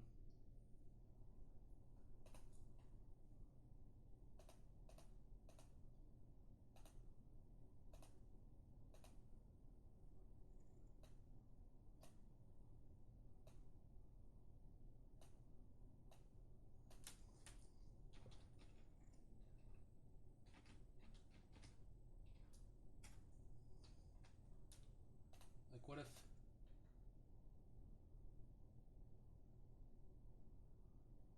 Yeah, if I do this, it'll make the animation look more smooth, but not as snappy. Because going from this frame to an extreme frame like this, it does make the kiss look faster. But it's like, I don't know, I feel like the kiss is a little too short. Prolonged for at least 3... Wow. Prolonged for 3 seconds. That's kind of the thing that concerns me. Like if I just hold, like let's say I hold this frame for like a second or two, it's just going to look stiff and still. Unless maybe I have Bacchio's arms, like maybe they drop down or something. If I compare the kiss here. Yeah, if you look at this kiss, it's like Clarabelle makes impact, and then very slowly you go to the extreme where she's really in there, and then slowly back out, and then she snaps away. Yeah. So the way Clarabelle kisses Clark Gable, it's like goes in a little slowly, does the extreme, backs out slowly, and then snaps back out of the kiss.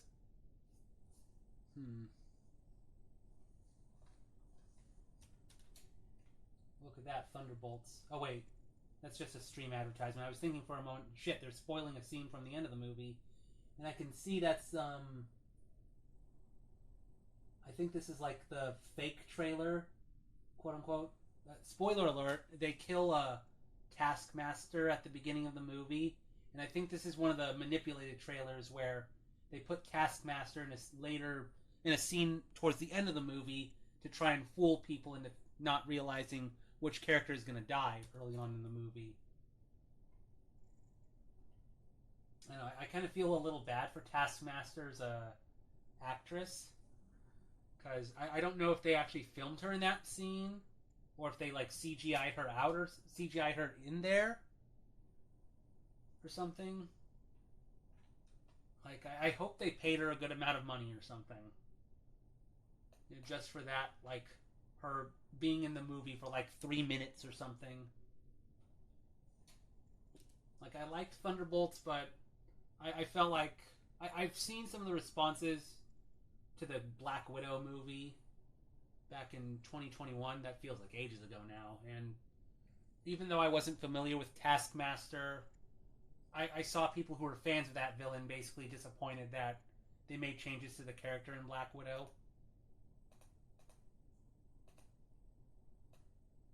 wanted to see the character done better justice, and unfortunately, she wasn't done better justice in Thunderbolts.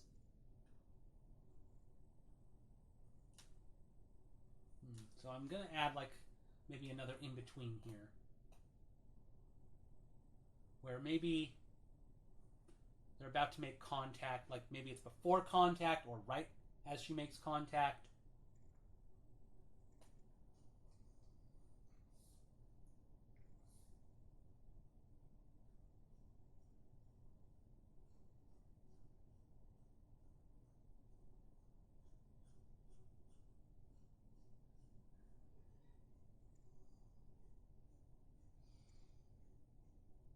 And just for fun, I'll have Baccio half closing his eyes, because when they go into the actual kiss, he closes them.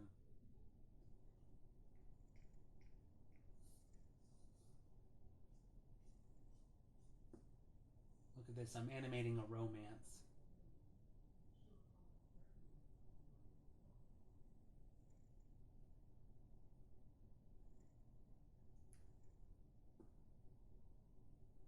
Okay, having the arch eyebrows like that makes it look like he's angry. Yeah, I shouldn't make it just regular.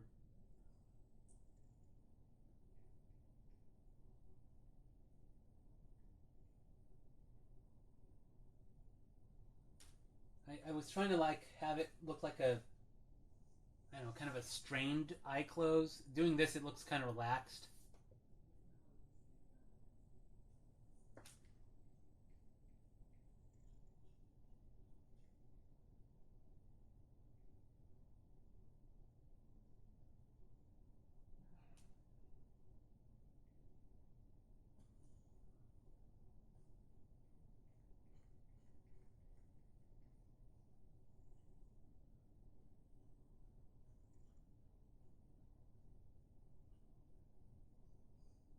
There we go.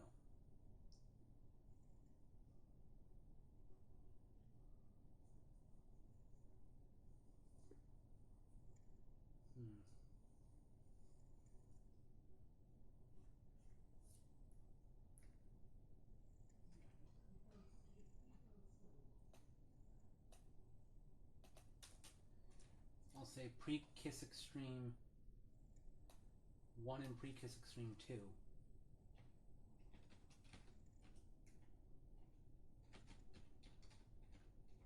Again, I name all these frames just so I know what they're doing in the action, and I know what order they go in when I do the animatic.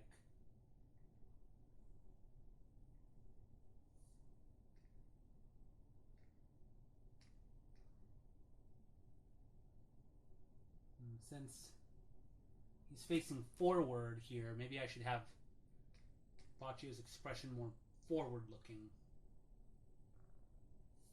Just like a in between. Like maybe at the last minute he tries to rotate his face in preparation for the kiss.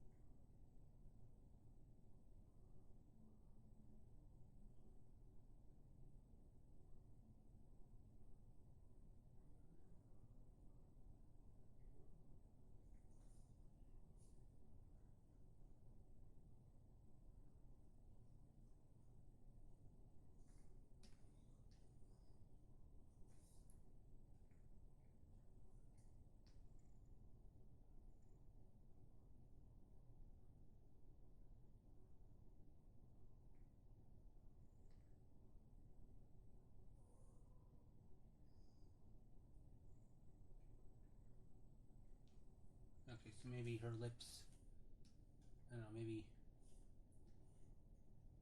she's starting to make contact. His face is a little flattened.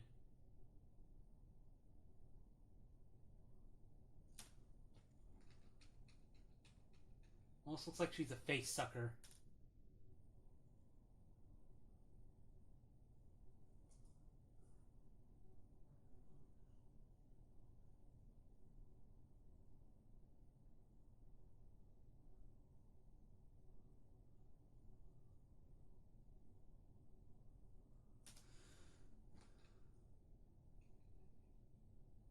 Oops.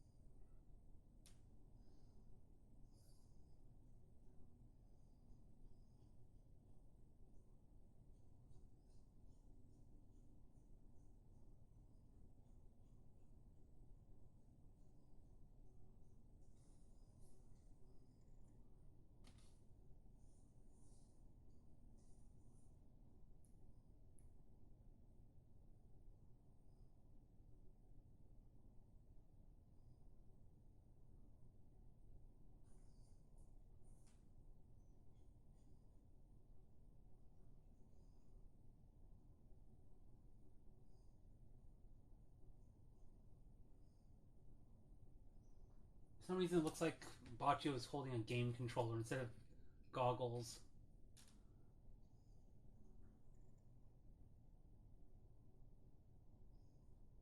That's just how my mind interpreted it.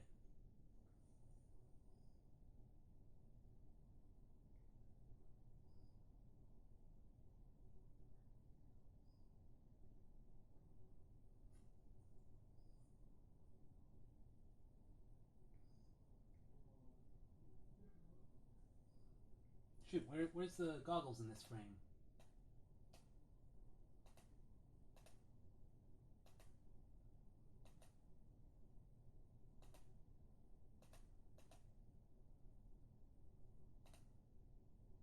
Okay, there's a bit of a pop here. Where I just realized he has the goggles here up at his chest, but then the next frame they're down. That's probably from how I originally animated this or something, or maybe I just made a mistake. But I'm gonna fix this frame where he has them up or something. But then I'll have to redraw this frame here also to match this frame. So just a moment. I'm gonna have to. I'm probably gonna have to redo like several frames here for the animatic.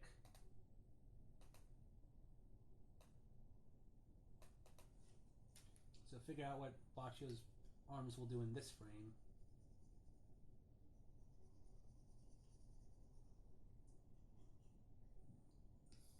Maybe his mechanical hand lets go of the goggles.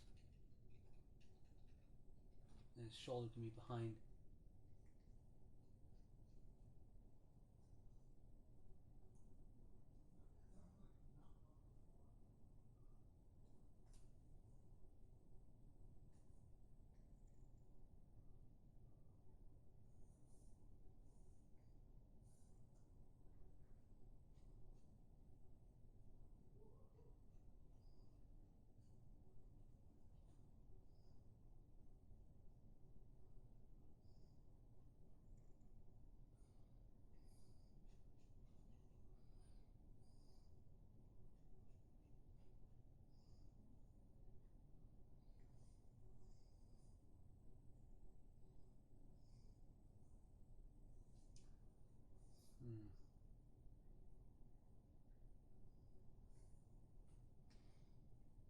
Let's make Baccio's head a little bigger also. I mean, I'm going to have to readjust the size of his head across this entire animation.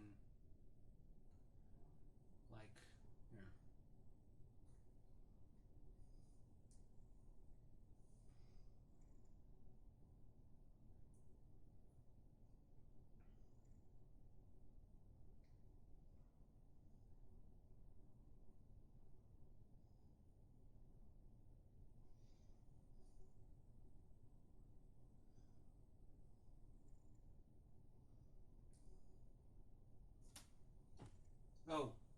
goggles should wrap around his neck like proper safety goggles. Okay, my bad. The way I was drawing them like the little binoculars that Clark Gable has here. I thought he was just holding them in his hands. I wasn't thinking like he was wearing them around his neck. Okay, then I'm gonna have to, if I'm gonna have to then readjust the animation a bit so that the goggles are around his neck. That would actually, I guess, be a little easier to animate if he's just wearing the goggles around his neck and he's not holding them at all or something, unless he's like trying to protect them. Bro has ears. Yeah. Do you think we will ever have art streams on Twitch that are streams of people putting prompts into generative AI? I think there's already probably streams like that. I saw a stream by well, this wouldn't be exactly generative AI, but there's this YouTuber, I think his name is Alex O'Connor, and he did a stream of himself having a quote-unquote debate with an AI apologist on the Catholic apologist website Catholic Answers, and basically like he asks the AI embarrassing questions about the Catholic Church's views on slavery in the Bible, and like the AI apologist was saying things like trying to remember, like it was some allowances were made for flawed people in a certain time, but then asking about gay marriage or something, the AI responded, no, the church cannot permit that. And then Alex O'Connor was like, well, if the church can, like if slavery can be condoned in one time, then why can't, God just make a rule that homosexuality is okay or something? And I don't know, and making the AI say embarrassing things. And I'm not sure that's exactly generative AI, but it's like making an AI chatbot kind of blue screen of death almost. I'm not sure. I have thought of doing a stream where I mess with that AI apologist myself. Maybe just asking, Dear Catholic Answers, I have a friend who believes ChatGPT is God. What do I do, or something? Because there are actually some people that are like treating ChatGPT as like some sort of divine thing, which I find very interesting. Like I know the Church of ChatGPT. I mean, there's stories of people like I'm trying to remember, like people marrying an AI chatbot, and it's like I don't know, making a religion out of an AI chatbot is I know kind of the next step, I suppose. I remember back, years ago, when I first heard about the Ben Drowned creepypasta. One of the steps of the creepypasta is going to some chatbot back then when they were more primitive and asking, what happened to Ben? Ben drowned, replies the chatbot. And I don't know, now you have AI chatbots that, like, I don't know, get information off Google and then tell you how many rocks you should eat for breakfast or whatever. And I miss when AI chatbots used to be more fun, and it's not like people are letting these AI chatbots take over their lives or whatever. Who would marry a computer? I think there was someone in Japan who married, I don't remember if they married their DS or something. Well, let me look it up. Person marries their Nintendo. Oh, there we go. Tokyo man marries his video game character. Okay, from 2009. So we had one case where someone in 2009 married their Nintendo DS or a character inside the Nintendo DS. So marrying computers is something people have done for quite a while.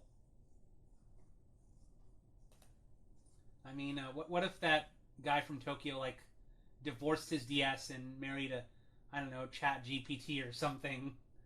Like, I don't know, a new girlfriend came into town. There's an idea for a romantic comedy where it takes place over time. You have a person marry their DS. They're playing some dating sim game or something, and then they start dating Chat GPT, and they're having an affair with another computer or something.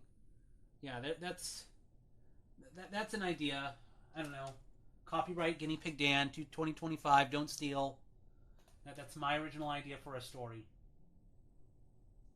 There we go. I'll write the next.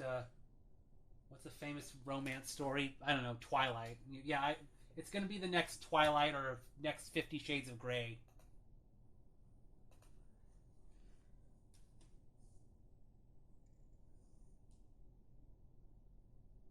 Who dates cars and keeps cheating on them and feels bad about it. Wow. Where was I? Okay, another thing. I feel like Baccio like pops here a bit.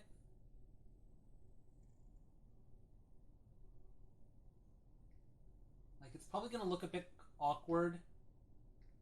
I could like maybe bring Baccio a little closer. Like I'm just concerned like how this animation will look. Goes from here, and then suddenly here. Like it might look like an animation pop. And I remember that's something you're taught in art school, and it's also something what was his name? Sean McCoy mentioned to avoid in his animation panel at Fanime.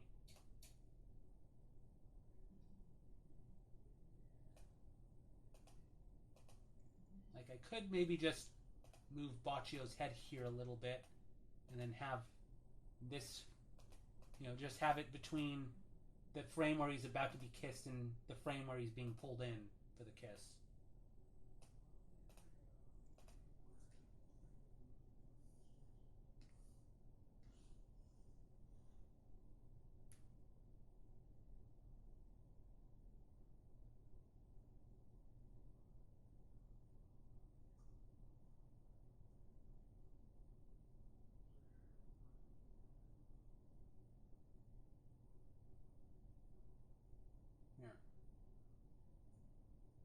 There, she's like grabbing Baccio by the chin or something.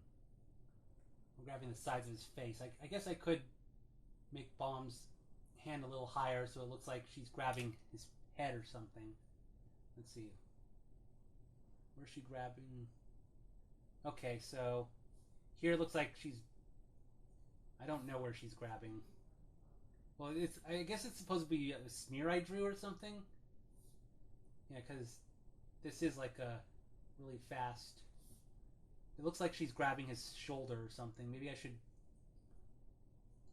I'm trying to think, should I draw the paw a little higher? Like she's grabbing his chin or his face or something. So it's a little more clear what's going on. Yeah, I should have her like grab bottom of his head or something. Yeah, I'm going to have to redraw a lot of frames here. Because here it's not clear where she's grabbing. It looks like she's grabbing his shoulder. That's another thing you're taught in animation, to have clear looking at actions. So maybe I'll place the paw there where it's clear the Bomb is taking a hold of Baccio's face and going in for the kiss.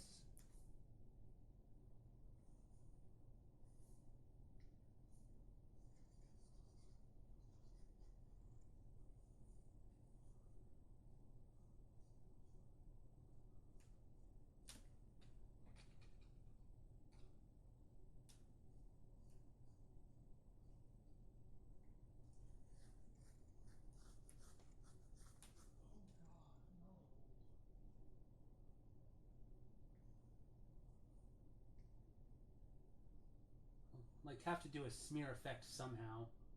Like maybe draw multiple arms or something about to go in.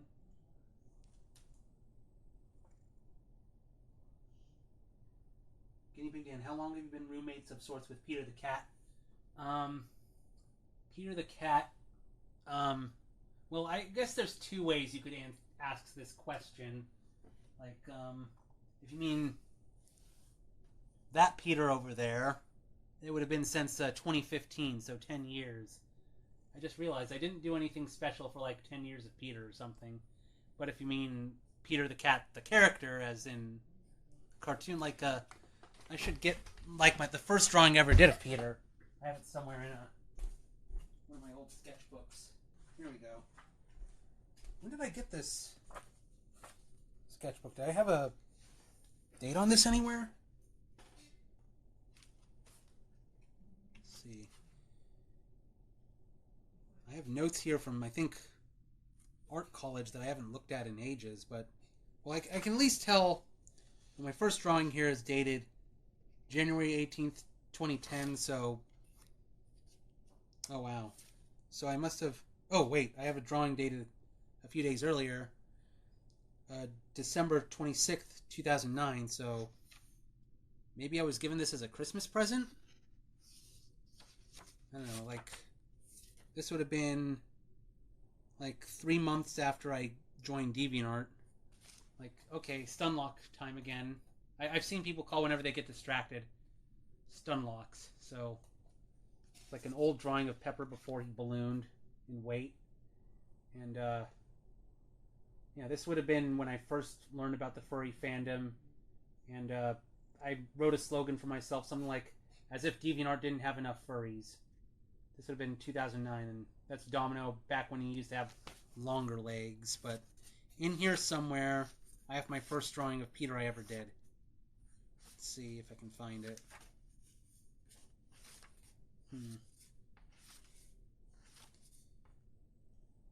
Okay, I do not know what the fuck I was doing here with Cinnamon's neck. Like, that is a disturbingly long neck.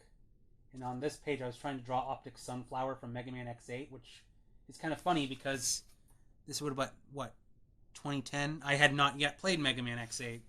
I just seen gameplay footage of it on YouTube or something. Yeah, somewhere in here I have my first drawing of Peter.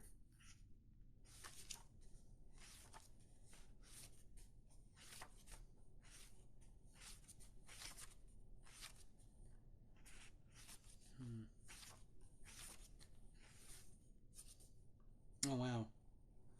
The drawing I was trying to do of Toothless. I don't know if I ever uploaded this, but it's like supposed to be Toothless lighting Joe Mallard's cigarette. And I'm not sure what this is supposed. Oh, this here is like, I guess, a thumbnail I did for a storyboarding assignment, because now I recognize what. Actually, wait, no, this isn't from storyboarding. This was I think a storyboard I did for a computer project, and I don't really like animating in 3D. That was not a project I really liked. Somewhere in here I have my first drawing I ever did of Peter the Cat. Let's see if I can find it. Oh, this is an interesting drawing here. I think that's supposed to be Pepper, and he's like, I don't know what he's trying to pull, like a garbage bag or something. Like, I kind of do like the pose there a bit. Maybe I could remake that, although maybe I would, since Pepper is like a lot fatter now, maybe I should remake it with like one of my other dog characters that's thinner, like Chuck or my son dog Perry. There's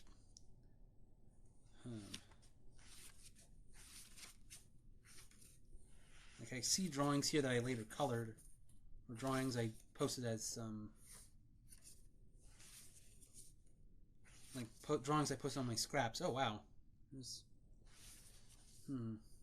like right here I have a drawing of, I'm gonna have to cover something. This was, I wrote someone's I wrote someone's phone number down here, so I'm not gonna reveal that.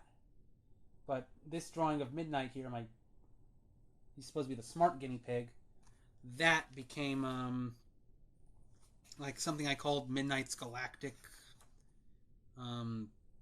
It was something with an outer space background. I don't remember what I called it. Oh wow! And this was a drawing I did for someone, drawing his Sonic OC punching out Sonichu. I don't know why. Like, for some reason I drew Sonichu on the next page. Yeah, this is dated April 30th, 2011. Yeah, that I drew that like only knowing that Sonichu was a really bad webcomic. I wasn't aware that there was a whole stalker cult around Chris Chan at the time. And Let's see. Yeah, it's kind of weird seeing like a... Oh! Well, there's my first drawing of James the Red Panda. Yeah, there's a memory trip. Or what's it saying? A trip down memory lane, yeah. I thought I had my first drawing of Peter in this book. Maybe it was a different... Maybe it was a different one.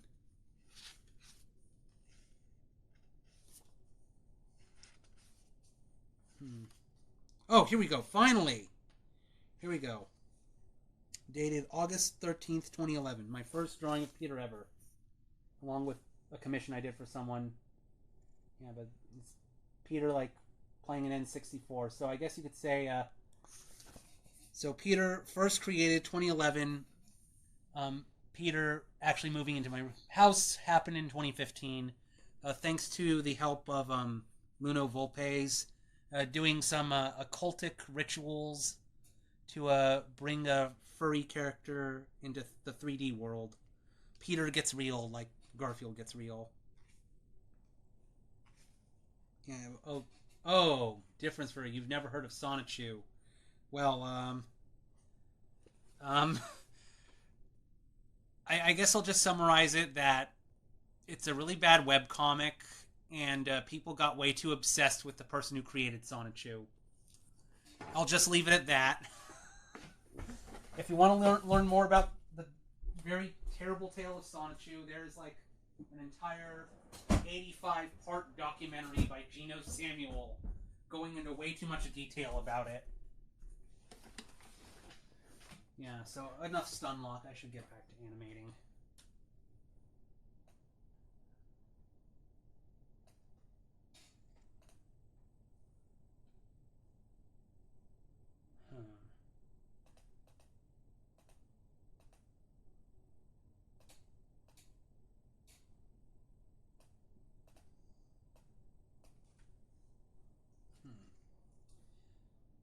Did I... Oh yeah, I did redraw with the hand on the face. And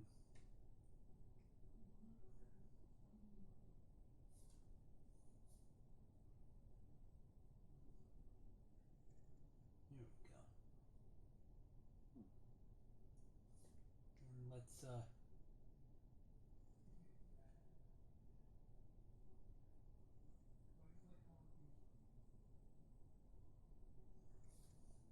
redraw Bacchio's arms.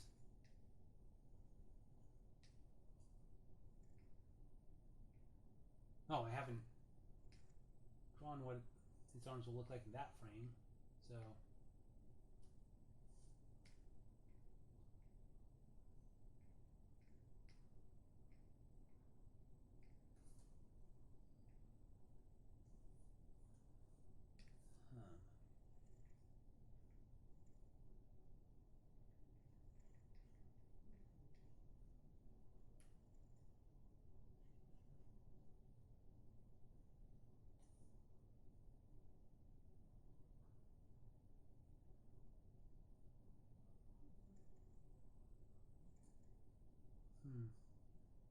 Maybe I could...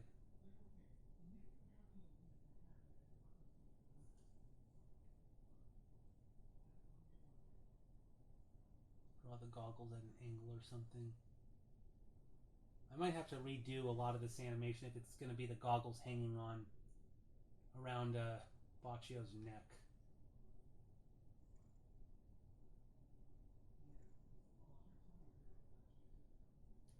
I thought I heard a bird outside the window.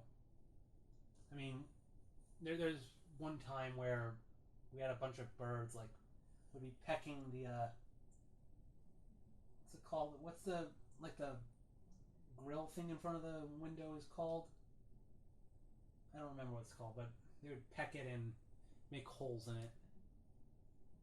And they would do it early in the morning when I was trying to sleep, so it got very annoying.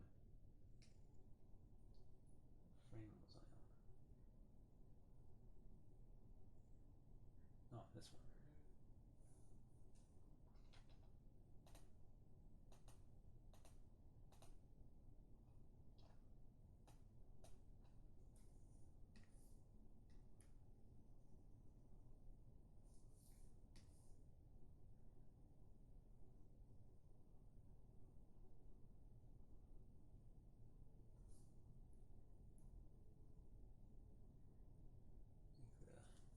looks a little longer. Match how it looks in other frames.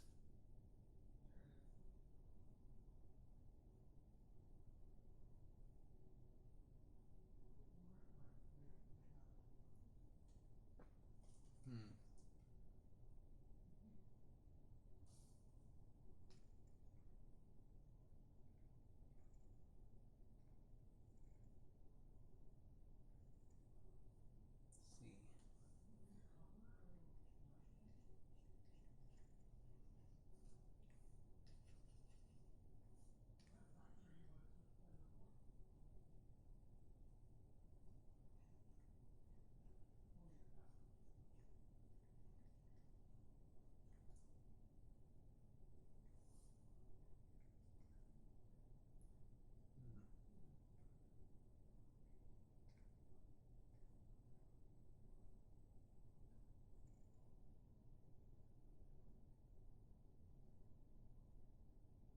Okay, so I think there's some awkward movement here where I have,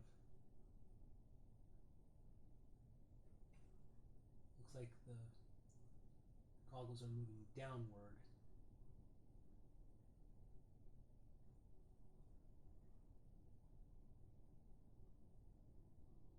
I should, yeah, I'm just trying to make sure like the goggles aren't like bouncing around as the animation progresses.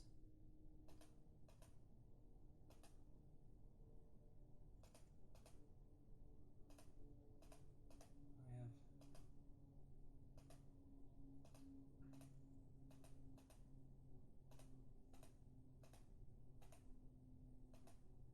okay.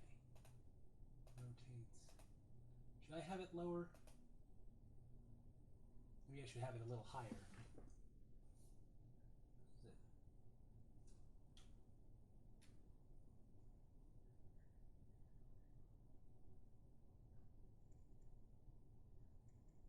Yeah, 'cause remember this is this goes into this frame. So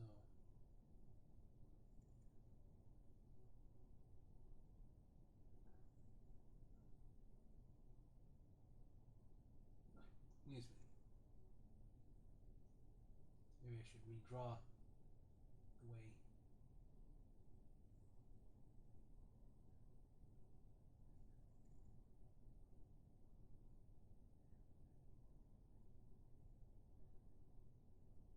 Maybe I should draw the controller lower to match this one. Well, let's try completing this pose first. Or was I stuck on this one? I'm trying to remember, like, I'm making so many changes to these frames, it's like, I forget which frame I'm on. Okay, so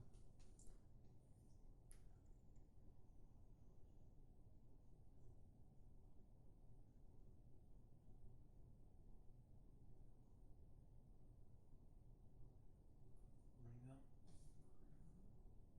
Have the mechanical arm there.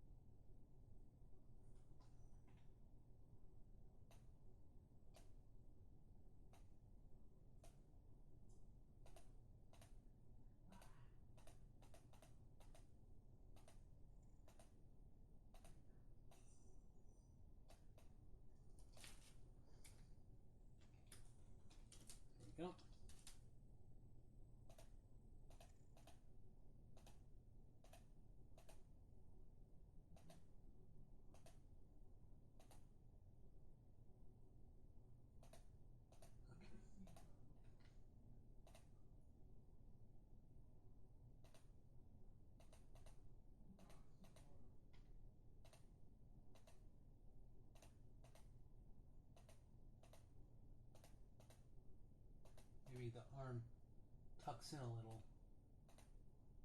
I think that's what I'm trying to make it look like the arm is tucking in a bit here.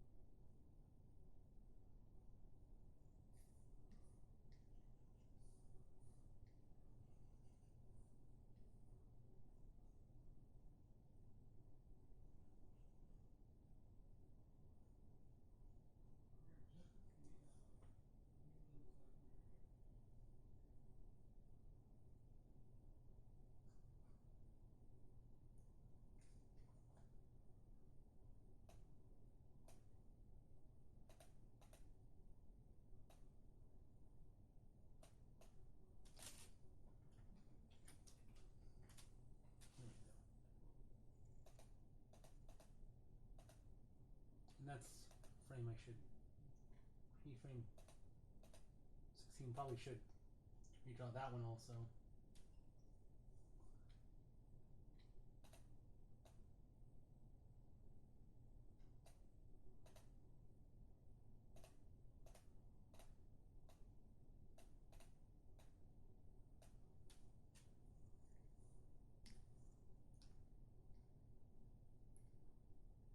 Maybe. Actually, wait. I can rotate it like this.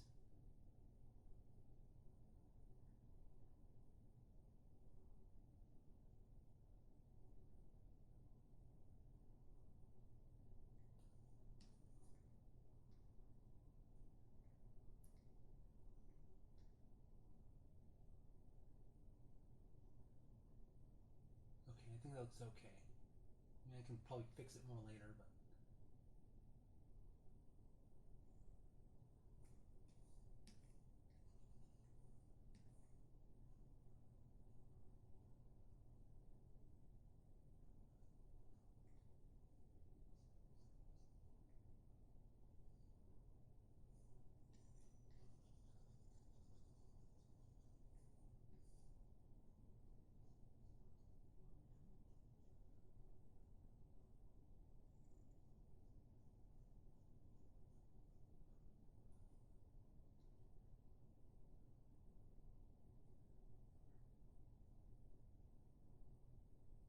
Okay, I'm gonna have to adjust.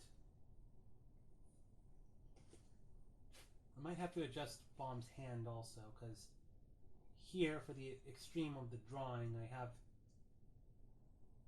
Unless, I don't know, maybe she moves it over or something. Or, actually, wait, maybe I can just cheat a bit and have the arm go across, like right here. Yeah, because I was. Yeah, I just want to be careful not to like have the arm look like it's bouncing around everywhere.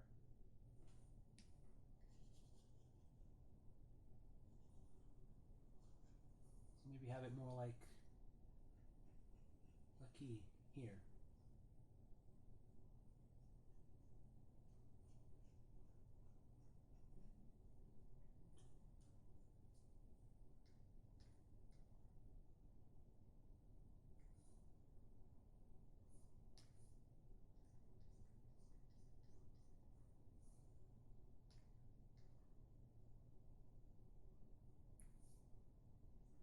Oops.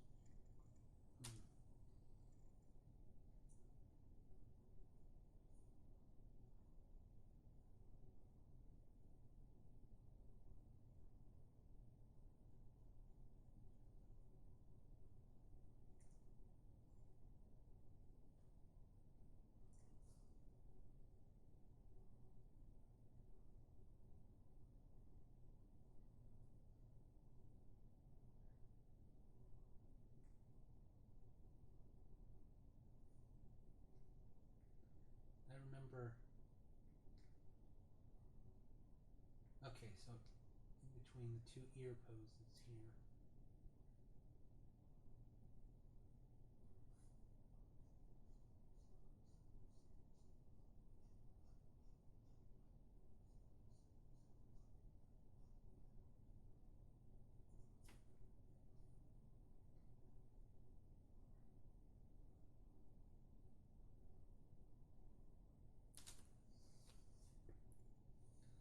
Okay. I think this looks okay. I might have to adjust this here, I don't know.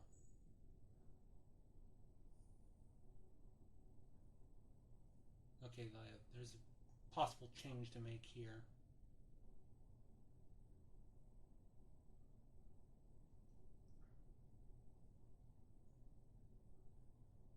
Like maybe have Bacchio's ears look like...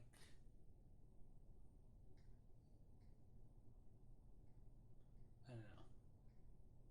Just make his ears look a bit too stiff because they're moving back as he's being pulled in. I guess maybe he could, you know, and maybe he instinctively like sticks him up during the kiss or something. I don't know. I'm not sure if like is the ear animation gonna look okay? Going from this pose to this.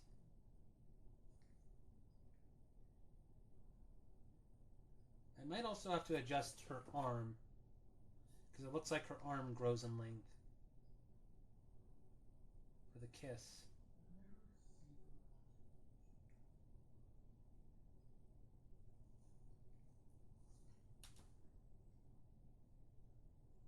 Here doesn't really matter, I don't think, but it's this particular frame I'm a little concerned about.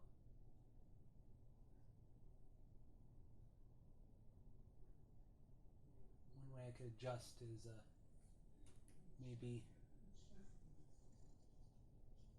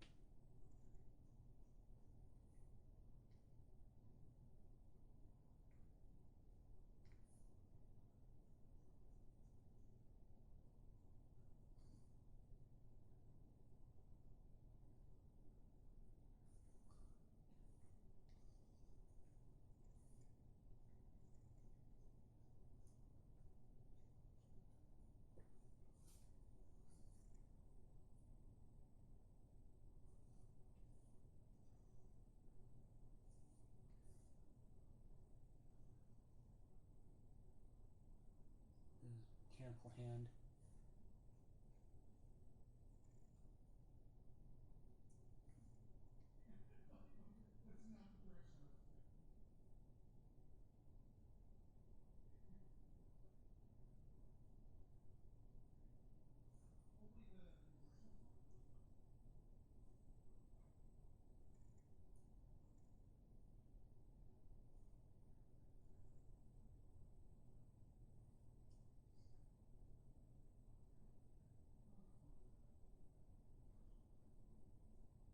This one, KF15. I think it was, yeah, keyframe 15. Yeah. There we go.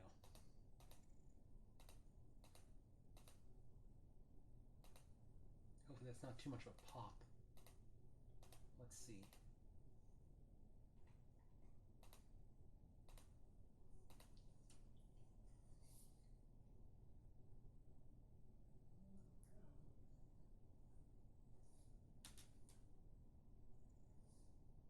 Let's redraw this frame a little bit.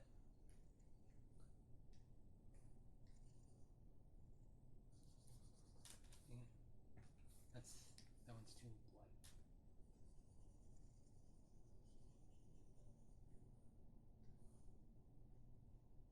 Here maybe Baccio is relaxing a little bit.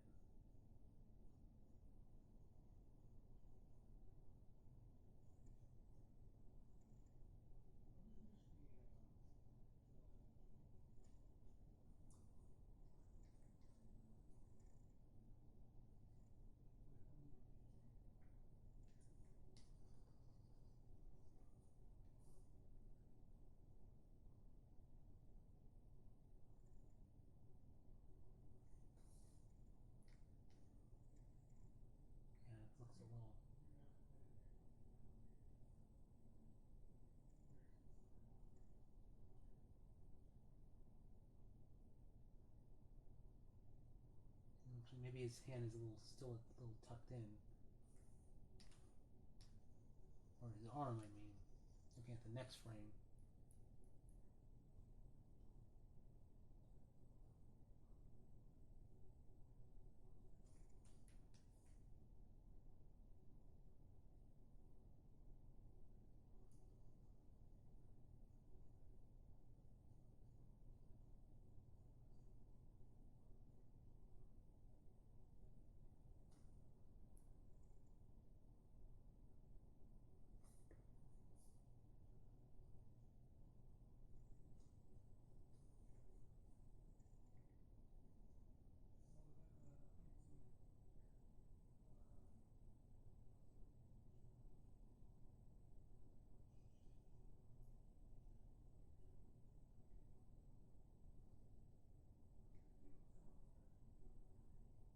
Okay, there. Hope it doesn't look like the kiss is shifting, because now it looks like she's kissing under his eye instead of the side of his head. So maybe I...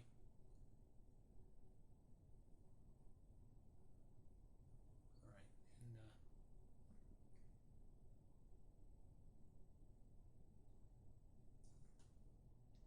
yeah, this looks pretty, very rough looking. But anyway.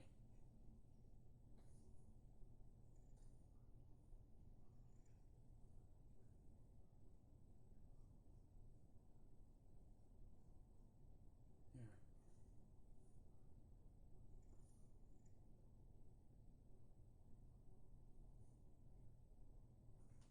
And Bocchio's mechanical arm is like peeking underneath. It's like he's, he's got his arm in the way of the hug or something. Like trying to brace himself, I suppose. Or would it be more natural if, like, he put his arm down, the mechanical one? Because it's like, here it looks like he's kind of trying to block the hug. So maybe I should, another thing I should maybe try reanimating. Like, what if I have the mechanical arm down? Like, well, let's see what, we watch,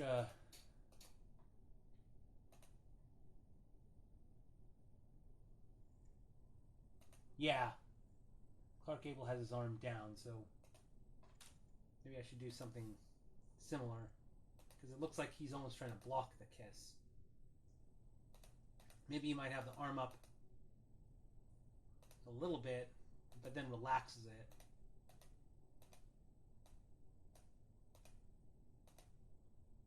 Maybe here Baccio can like start moving his arm down.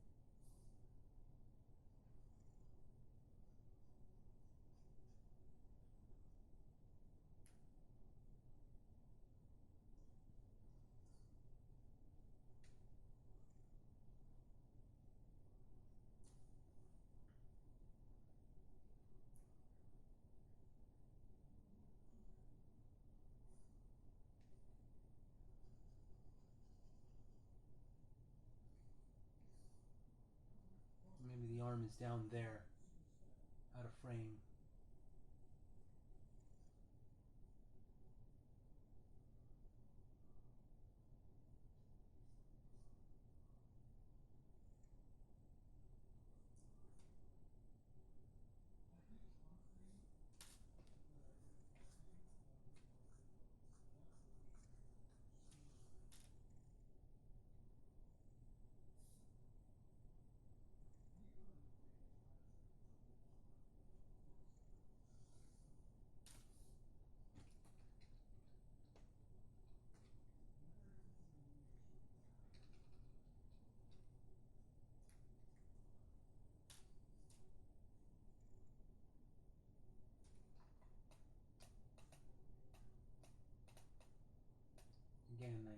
to keep doing this because I'm repeating this frame, and it's also going to be keyframe 15 here. That means I'm going to have to redraw the next couple frames also to make sure the arm, mechanical arm, is in place.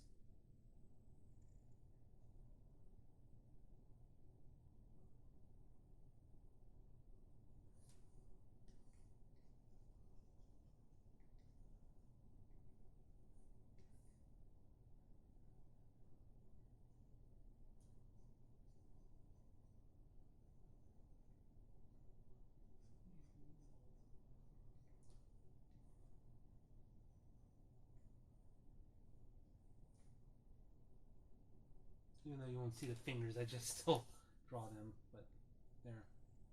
It's like now. Watch it get smushed. His shoulder will probably be visible down there still.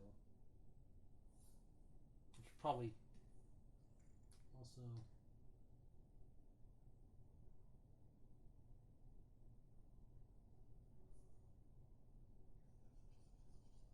draw Mom's shoulder there.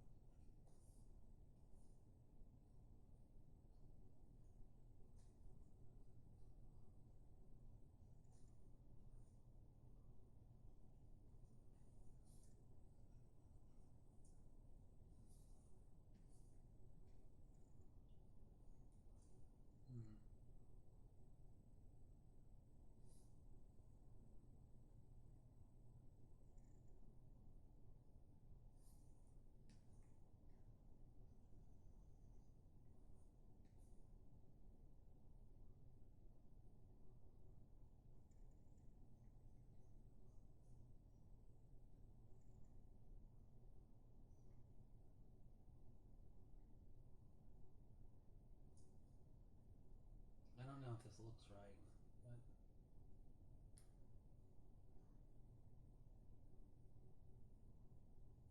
okay.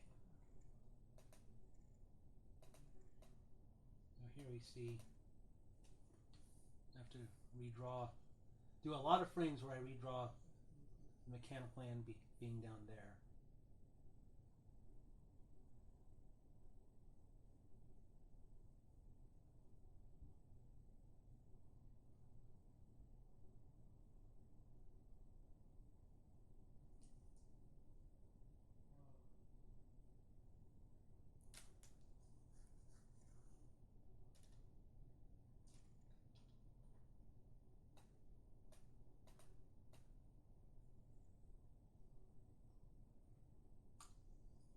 Now releases Baccio, and I guess I could have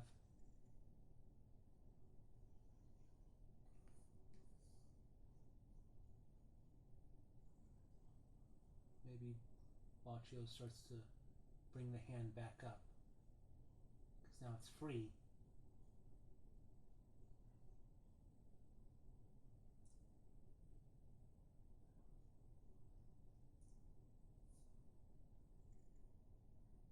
Although now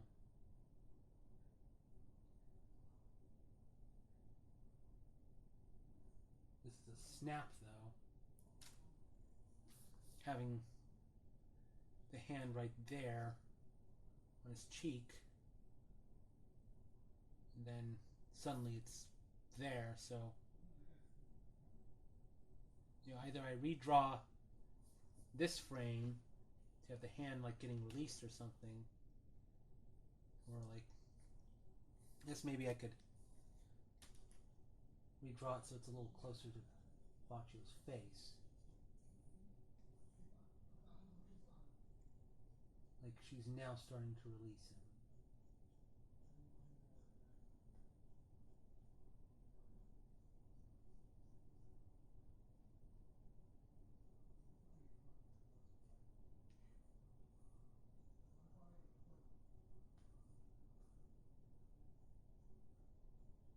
I'll have to look this over and see if looks good at all.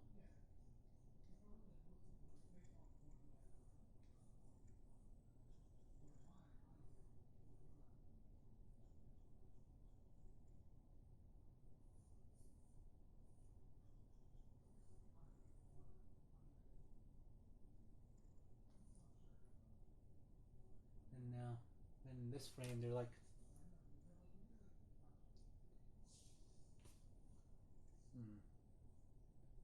maybe I have this frame more like this. Arms more like.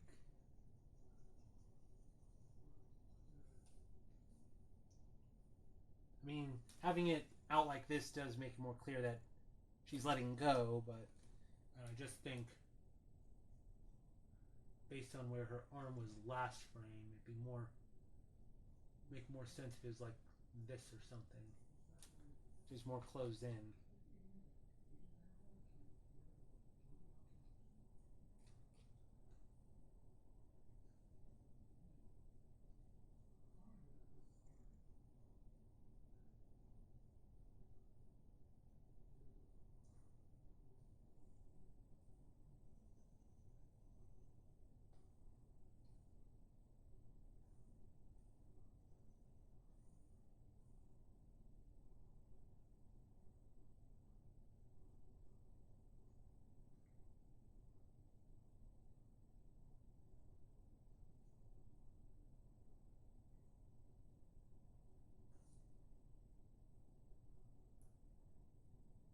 Of course, like what I said, where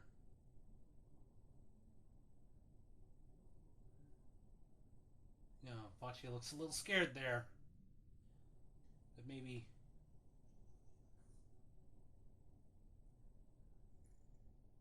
he's starting to move his hand back up.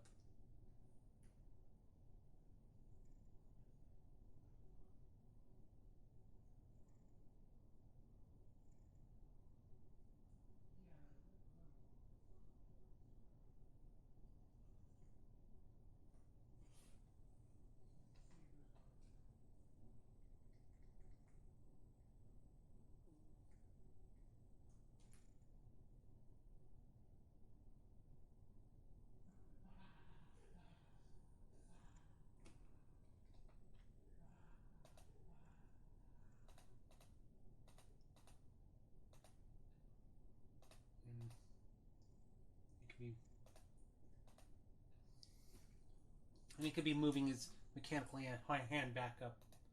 So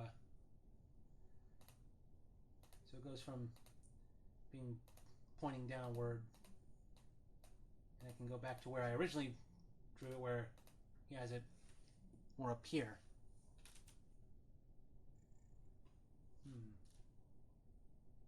So, did I get all? Did I finish?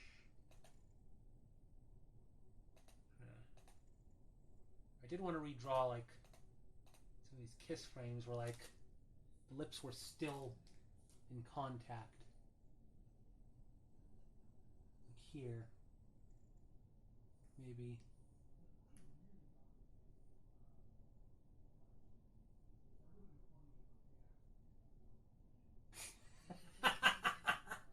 that is a bit of a funny looking pair of lips.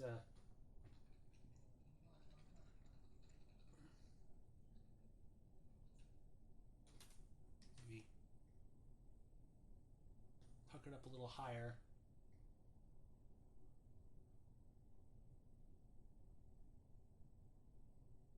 There.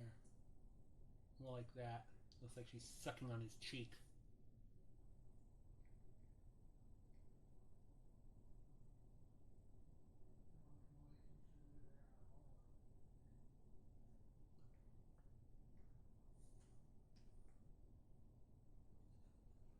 Draw her mouth so it looks like she's just finishing the kiss.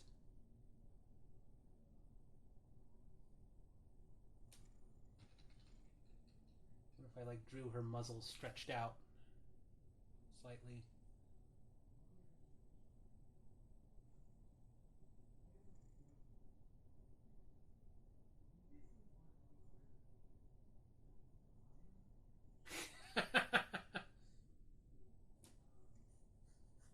think, like...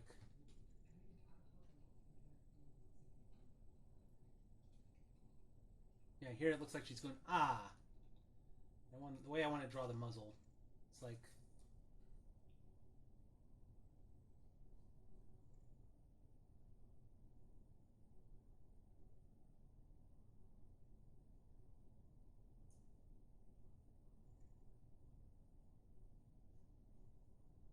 It's a little unusual. Makes her muzzle look a little too big.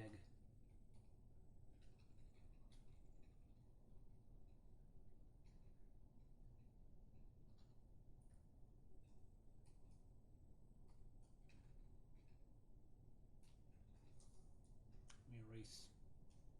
Whoops. Those things.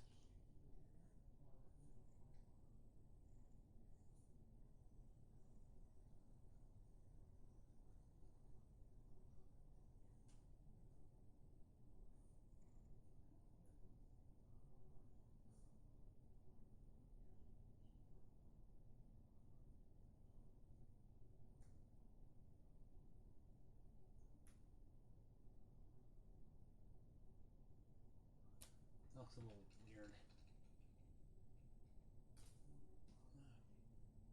Oops.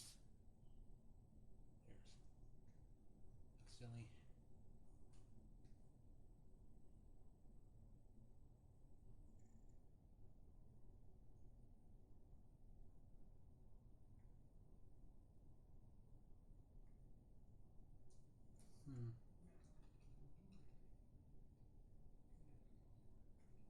I'm trying to think, like...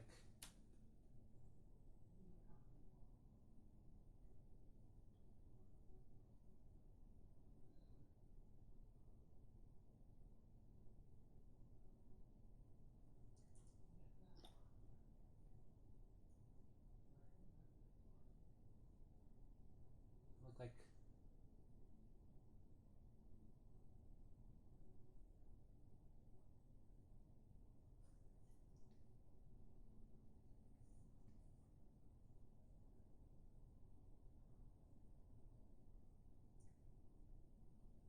Probably an unusual looking Malcolm drawing.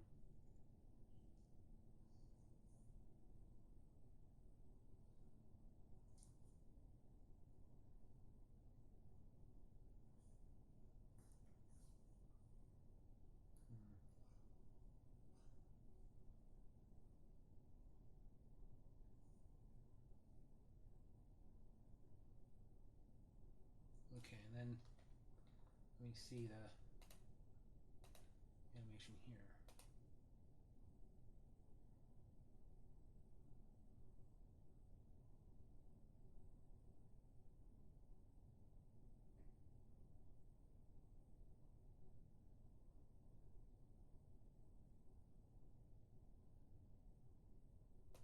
Okay.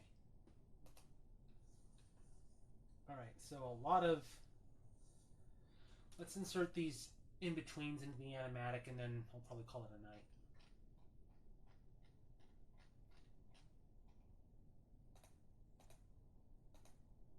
Okay, that's... I think that layer I need to... Did I apply that body to all the frames? I need to? I forgot.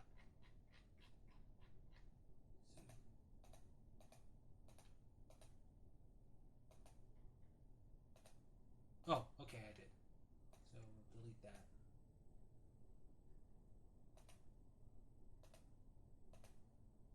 And then...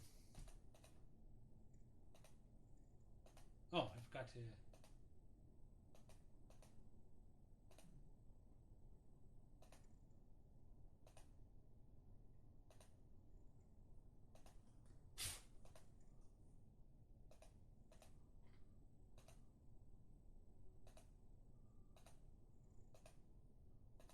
Forgot these two frames.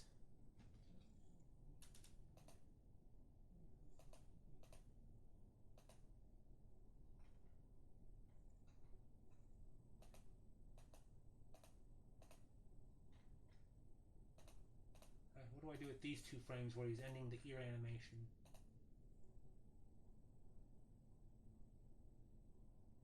I could just... He just ends wiggling his ears, and then she reacts. Let's see. Salt, Clearbell cow.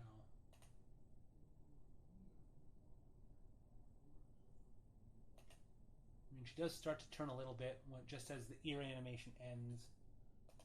So, I guess I could adjust a few frames forward.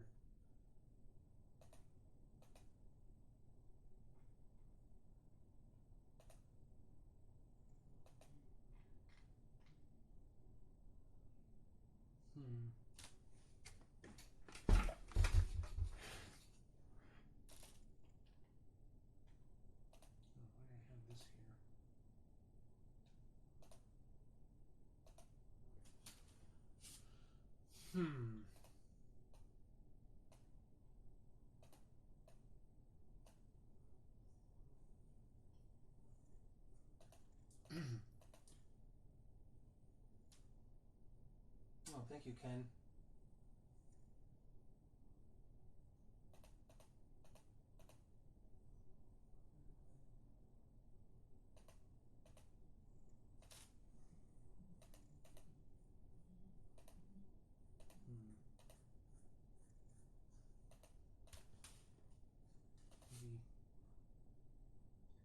I mean, I don't want to get rid of the frames of Baccio moving his... So maybe I...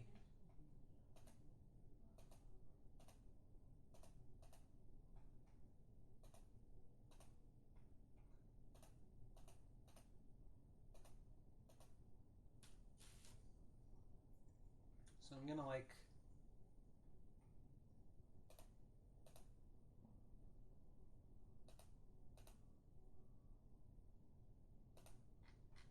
Yeah.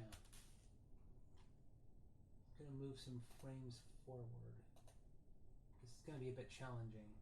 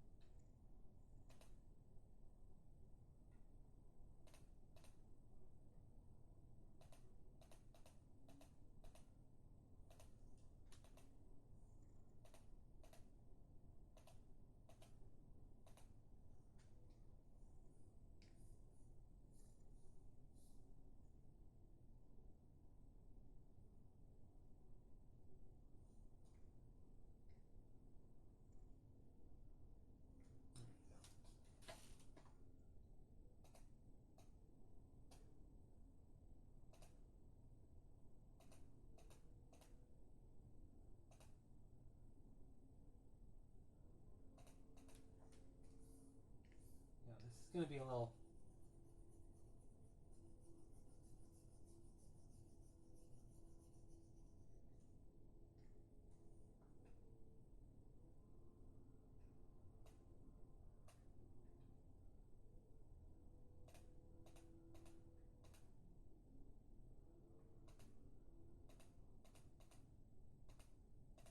Okay, no.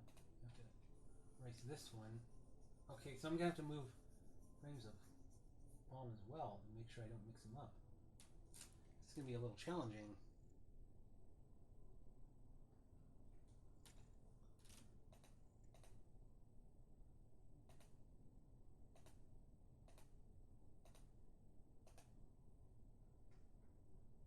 Oh, I probably want...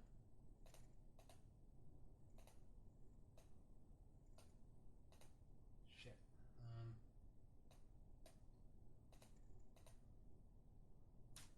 Okay,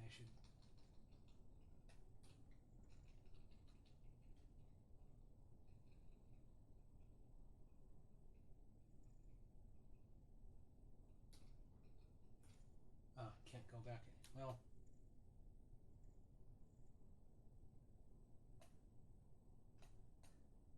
So let's go back to a previous version. Hopefully I didn't lose any progress.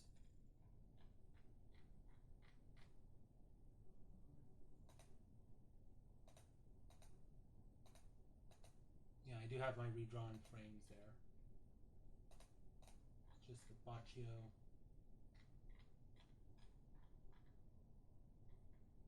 Yeah, okay.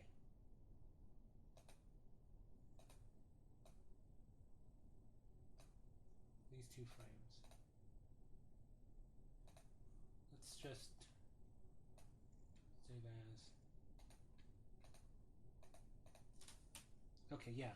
Earwiggle Rough Animation 7. So just moving two frames I forgot about in this animation.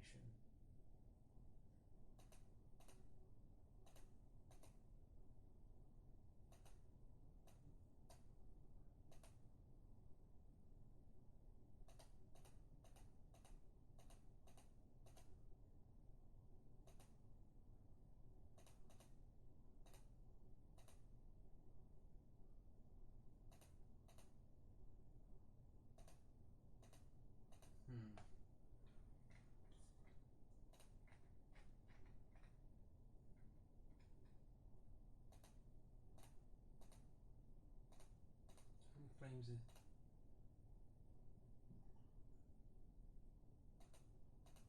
Maybe it would be easier if I just have the animation in and then she reacts. I don't know. Maybe I draw an extra frame somewhere.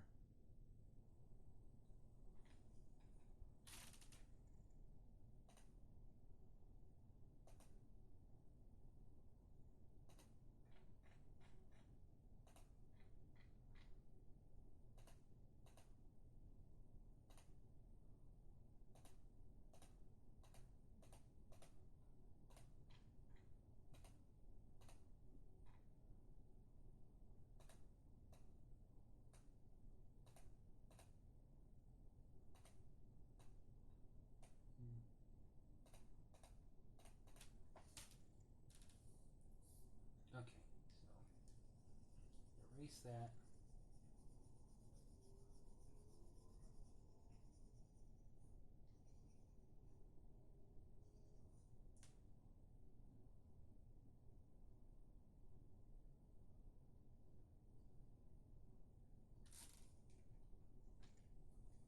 There.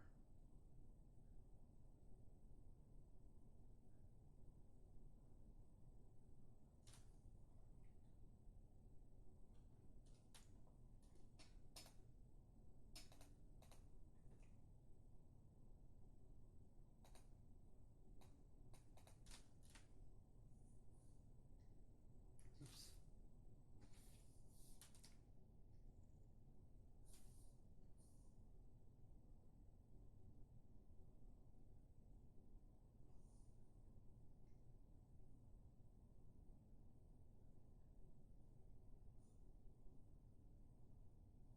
Okay.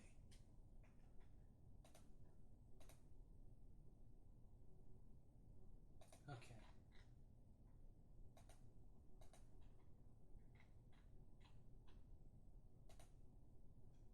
Trying to find where.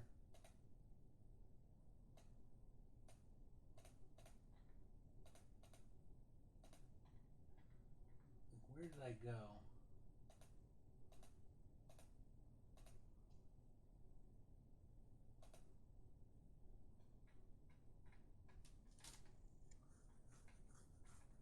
Okay, so it's these frames where I'm gonna have to reinsert some things. I don't think I redrew that frame. Okay, so this section with the ear whip animation begins to, let's see, when the hug ends, and I'm not sure which frame, probably this one. Okay, I'm going to save and then I'll put this in GIMP.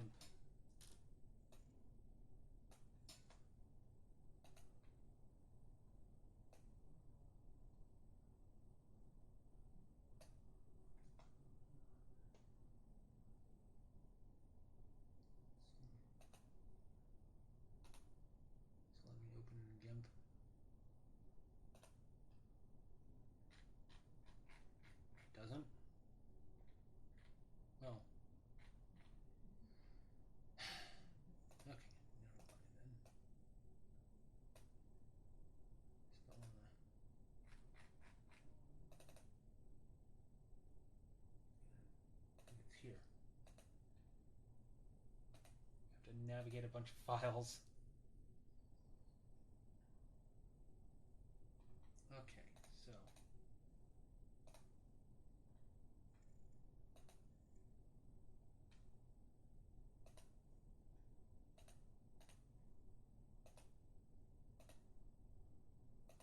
now let's actually this frame could stay the same just with the mouth redrawn, but I was trying to make it look like he's getting ready to flap his ears. Excuse me, I need to take another bathroom break. So, be right back, and then I'll finish the animatic. Well, not finish it totally, but finish what I drew. Add what I drew into the animatic. So, audio off.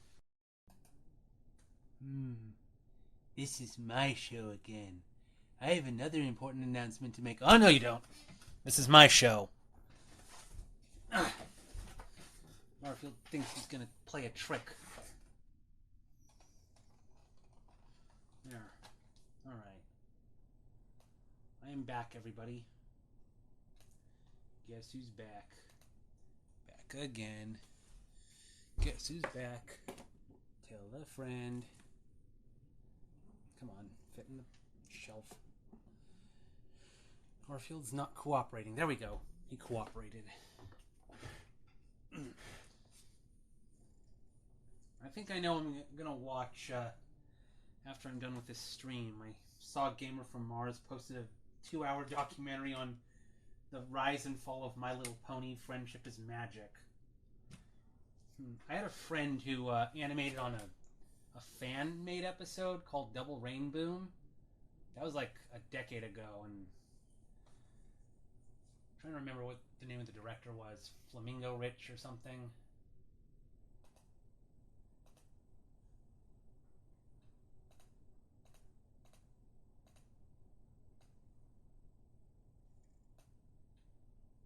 Oh, damn it.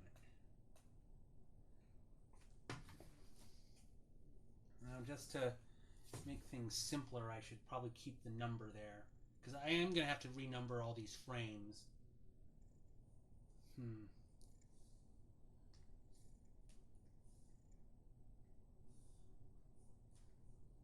Time is it? 8:14? Oh shit, did GIMP just... There we go. I was afraid if GIMP crashed, then the stream might crash.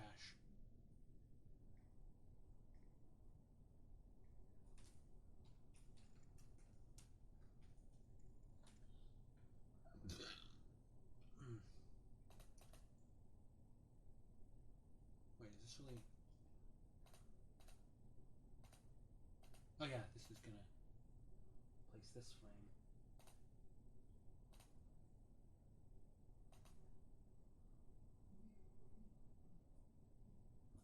Oh.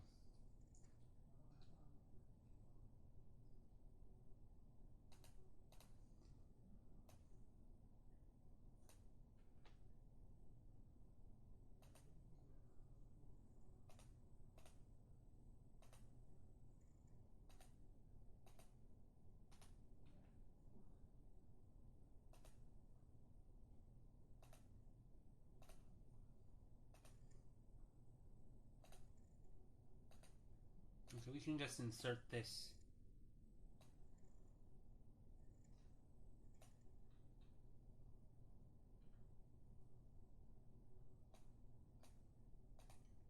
An extra frame.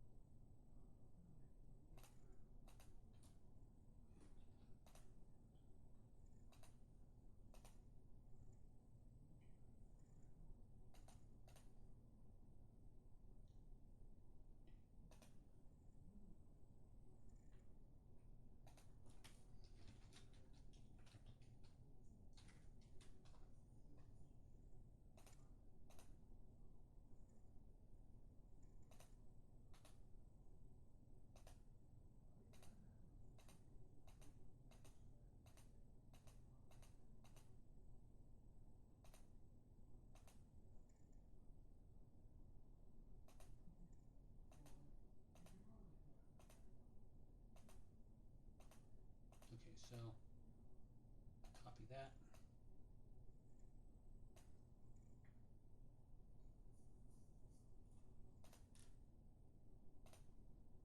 That.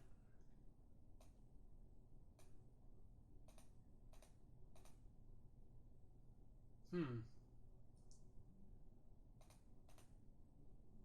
I guess maybe get rid of this frame.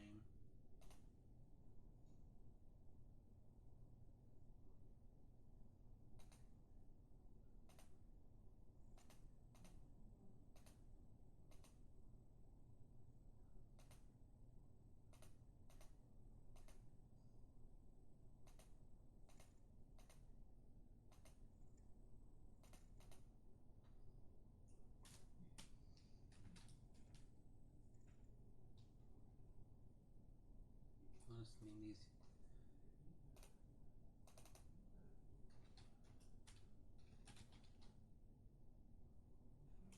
Okay.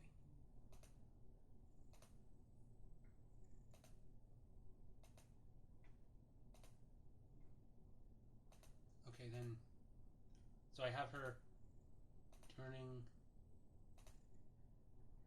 as the ears are wiggling.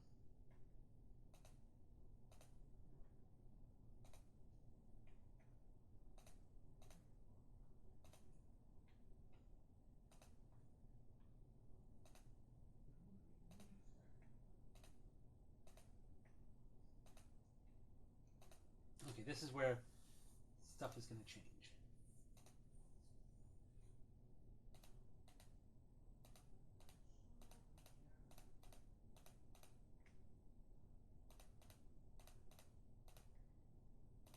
Okay, somewhere. I'm trying to remember, there aren't any other frames I redrew, are there? Honestly, that's actually a frame I should redraw. Her mouth looks a little weird there.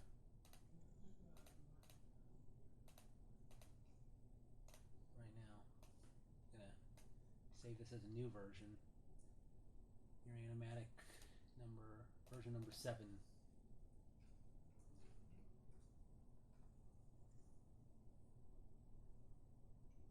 There we go. Shoot. Ah.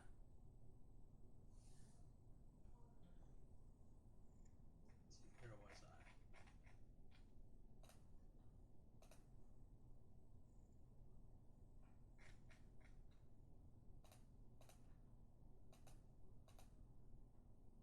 Oh, I have to insert these frames.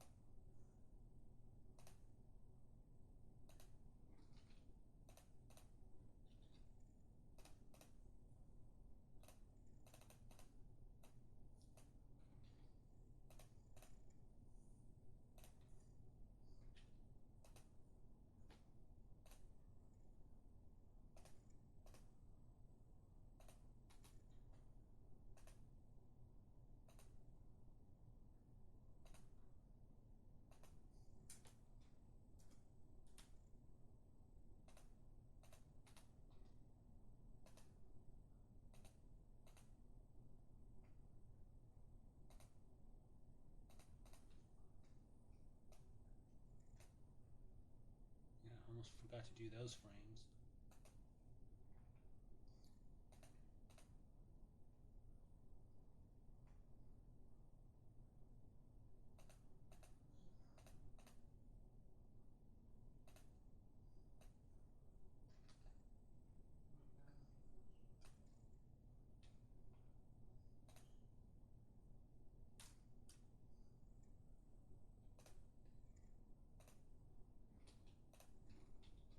New version.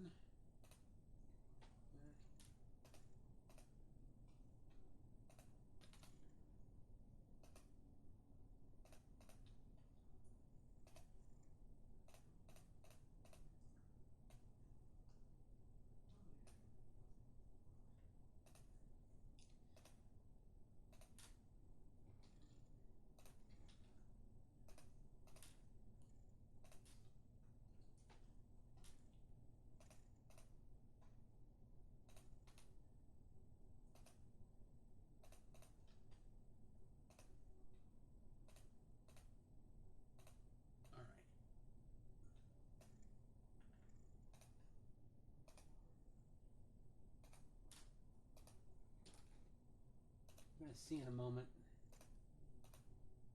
how this redone animatic looks in a bit. Down.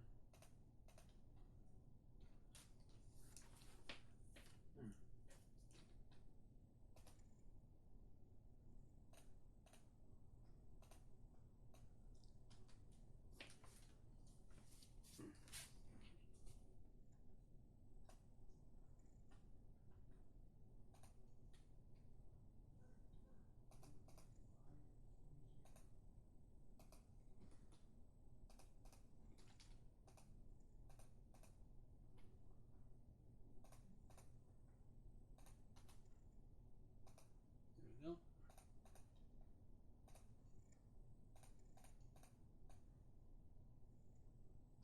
There we go.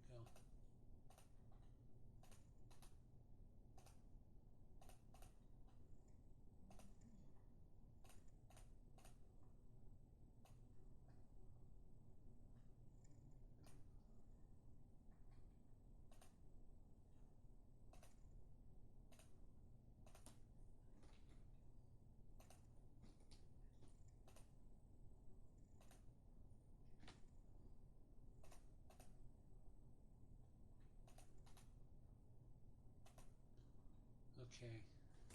The animation is like 135 frame, no, 133 frames. I forget how many frames I'm adding, like 4 or 5, so it might come up to 138 or something. So we'll see in a moment.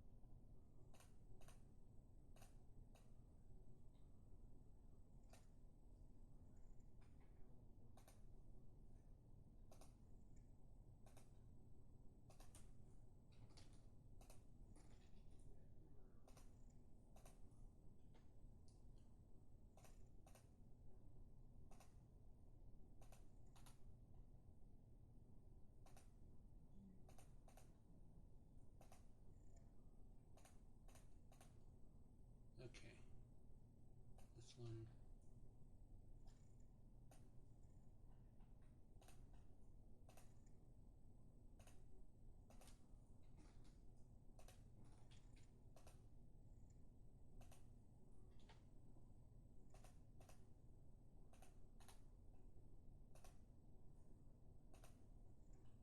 Okay, and here's one place where I know some more frames are going to be put.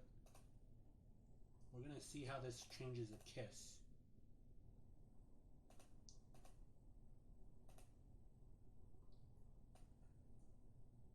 Inserting a frame here.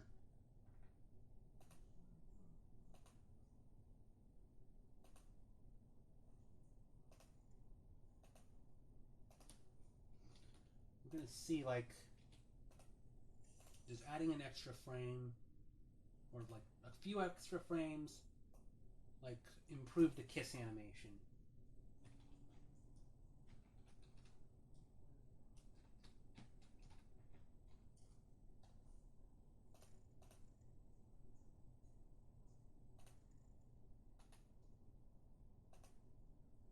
There's that frame. Okay, this is just okay.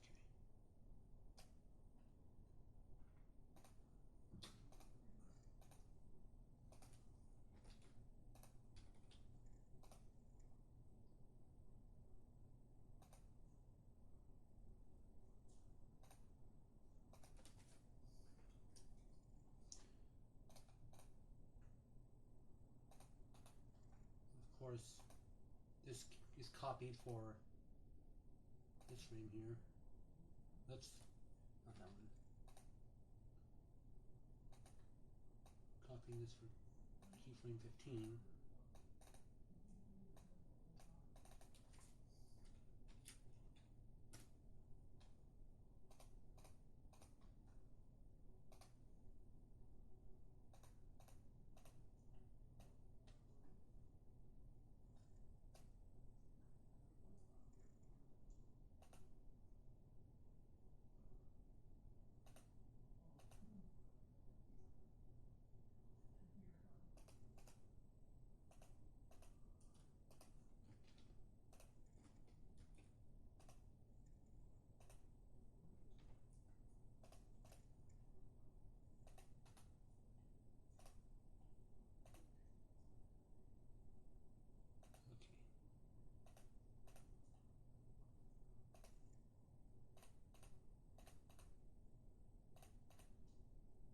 Okay.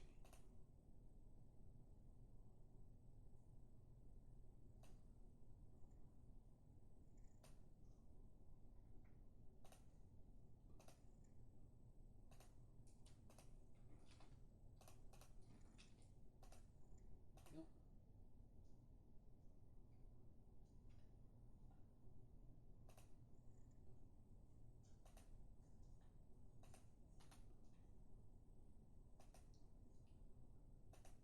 I might get rid of that heart. Like, it's just there for one frame. Appears and then just disappears.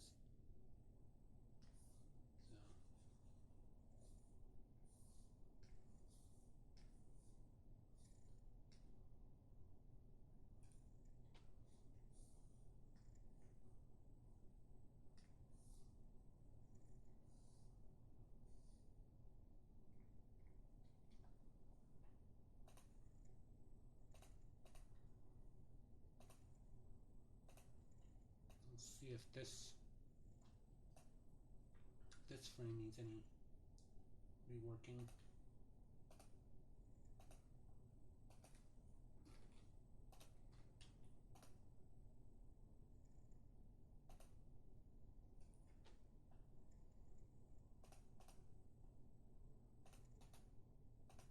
There we go.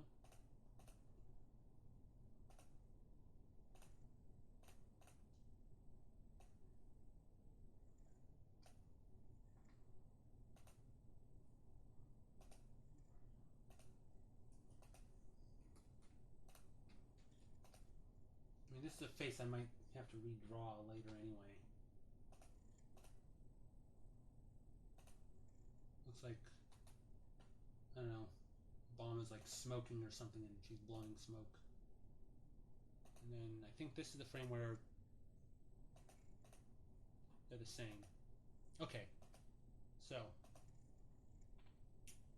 let's see. That's where I go back to the old animation. Now, let's see how this new kiss looks. This new ear wiggle. The lead-in.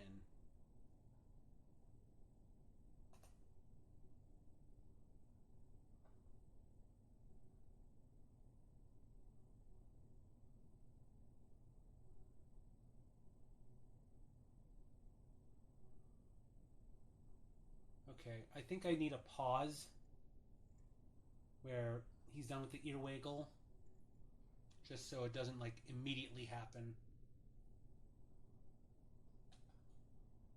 So let's add like, go back a few frames, just so the viewer can register what happens.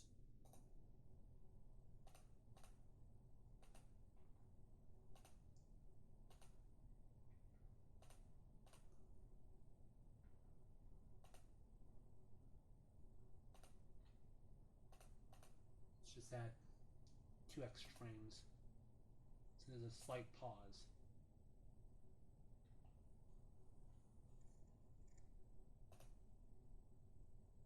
So 141 frames right now.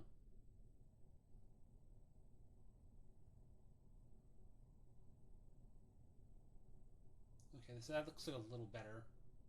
having a bit of pause. I mean, I could, like I said, move up a few frames to make it seem more fluid.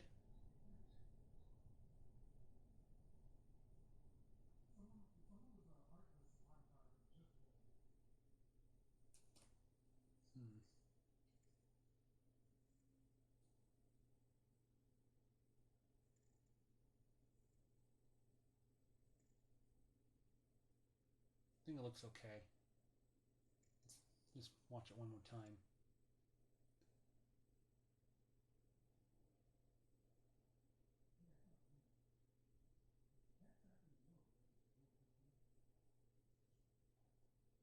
Yeah. Let's watch that kiss just one more time.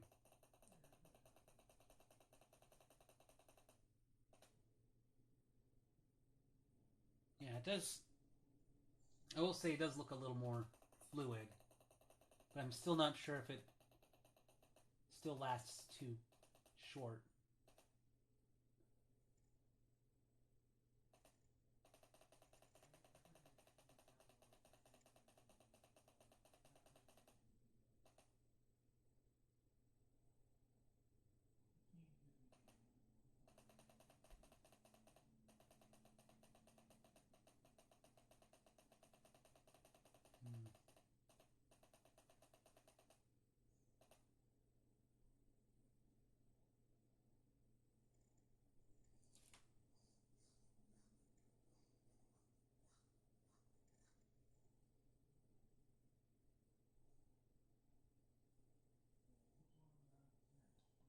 There we go. I think it looks alright.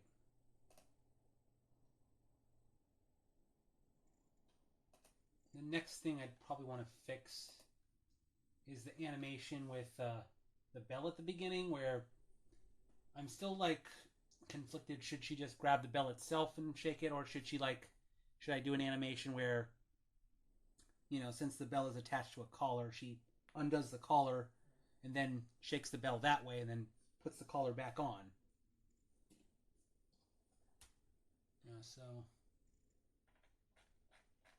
and also, I still want to rethink how the kiss animation looks. Like, I don't know. I'll show this to an animation friend of mine just to get their opinion. Like, is the kiss okay, or could I hold it somehow longer just so it registers with the viewer?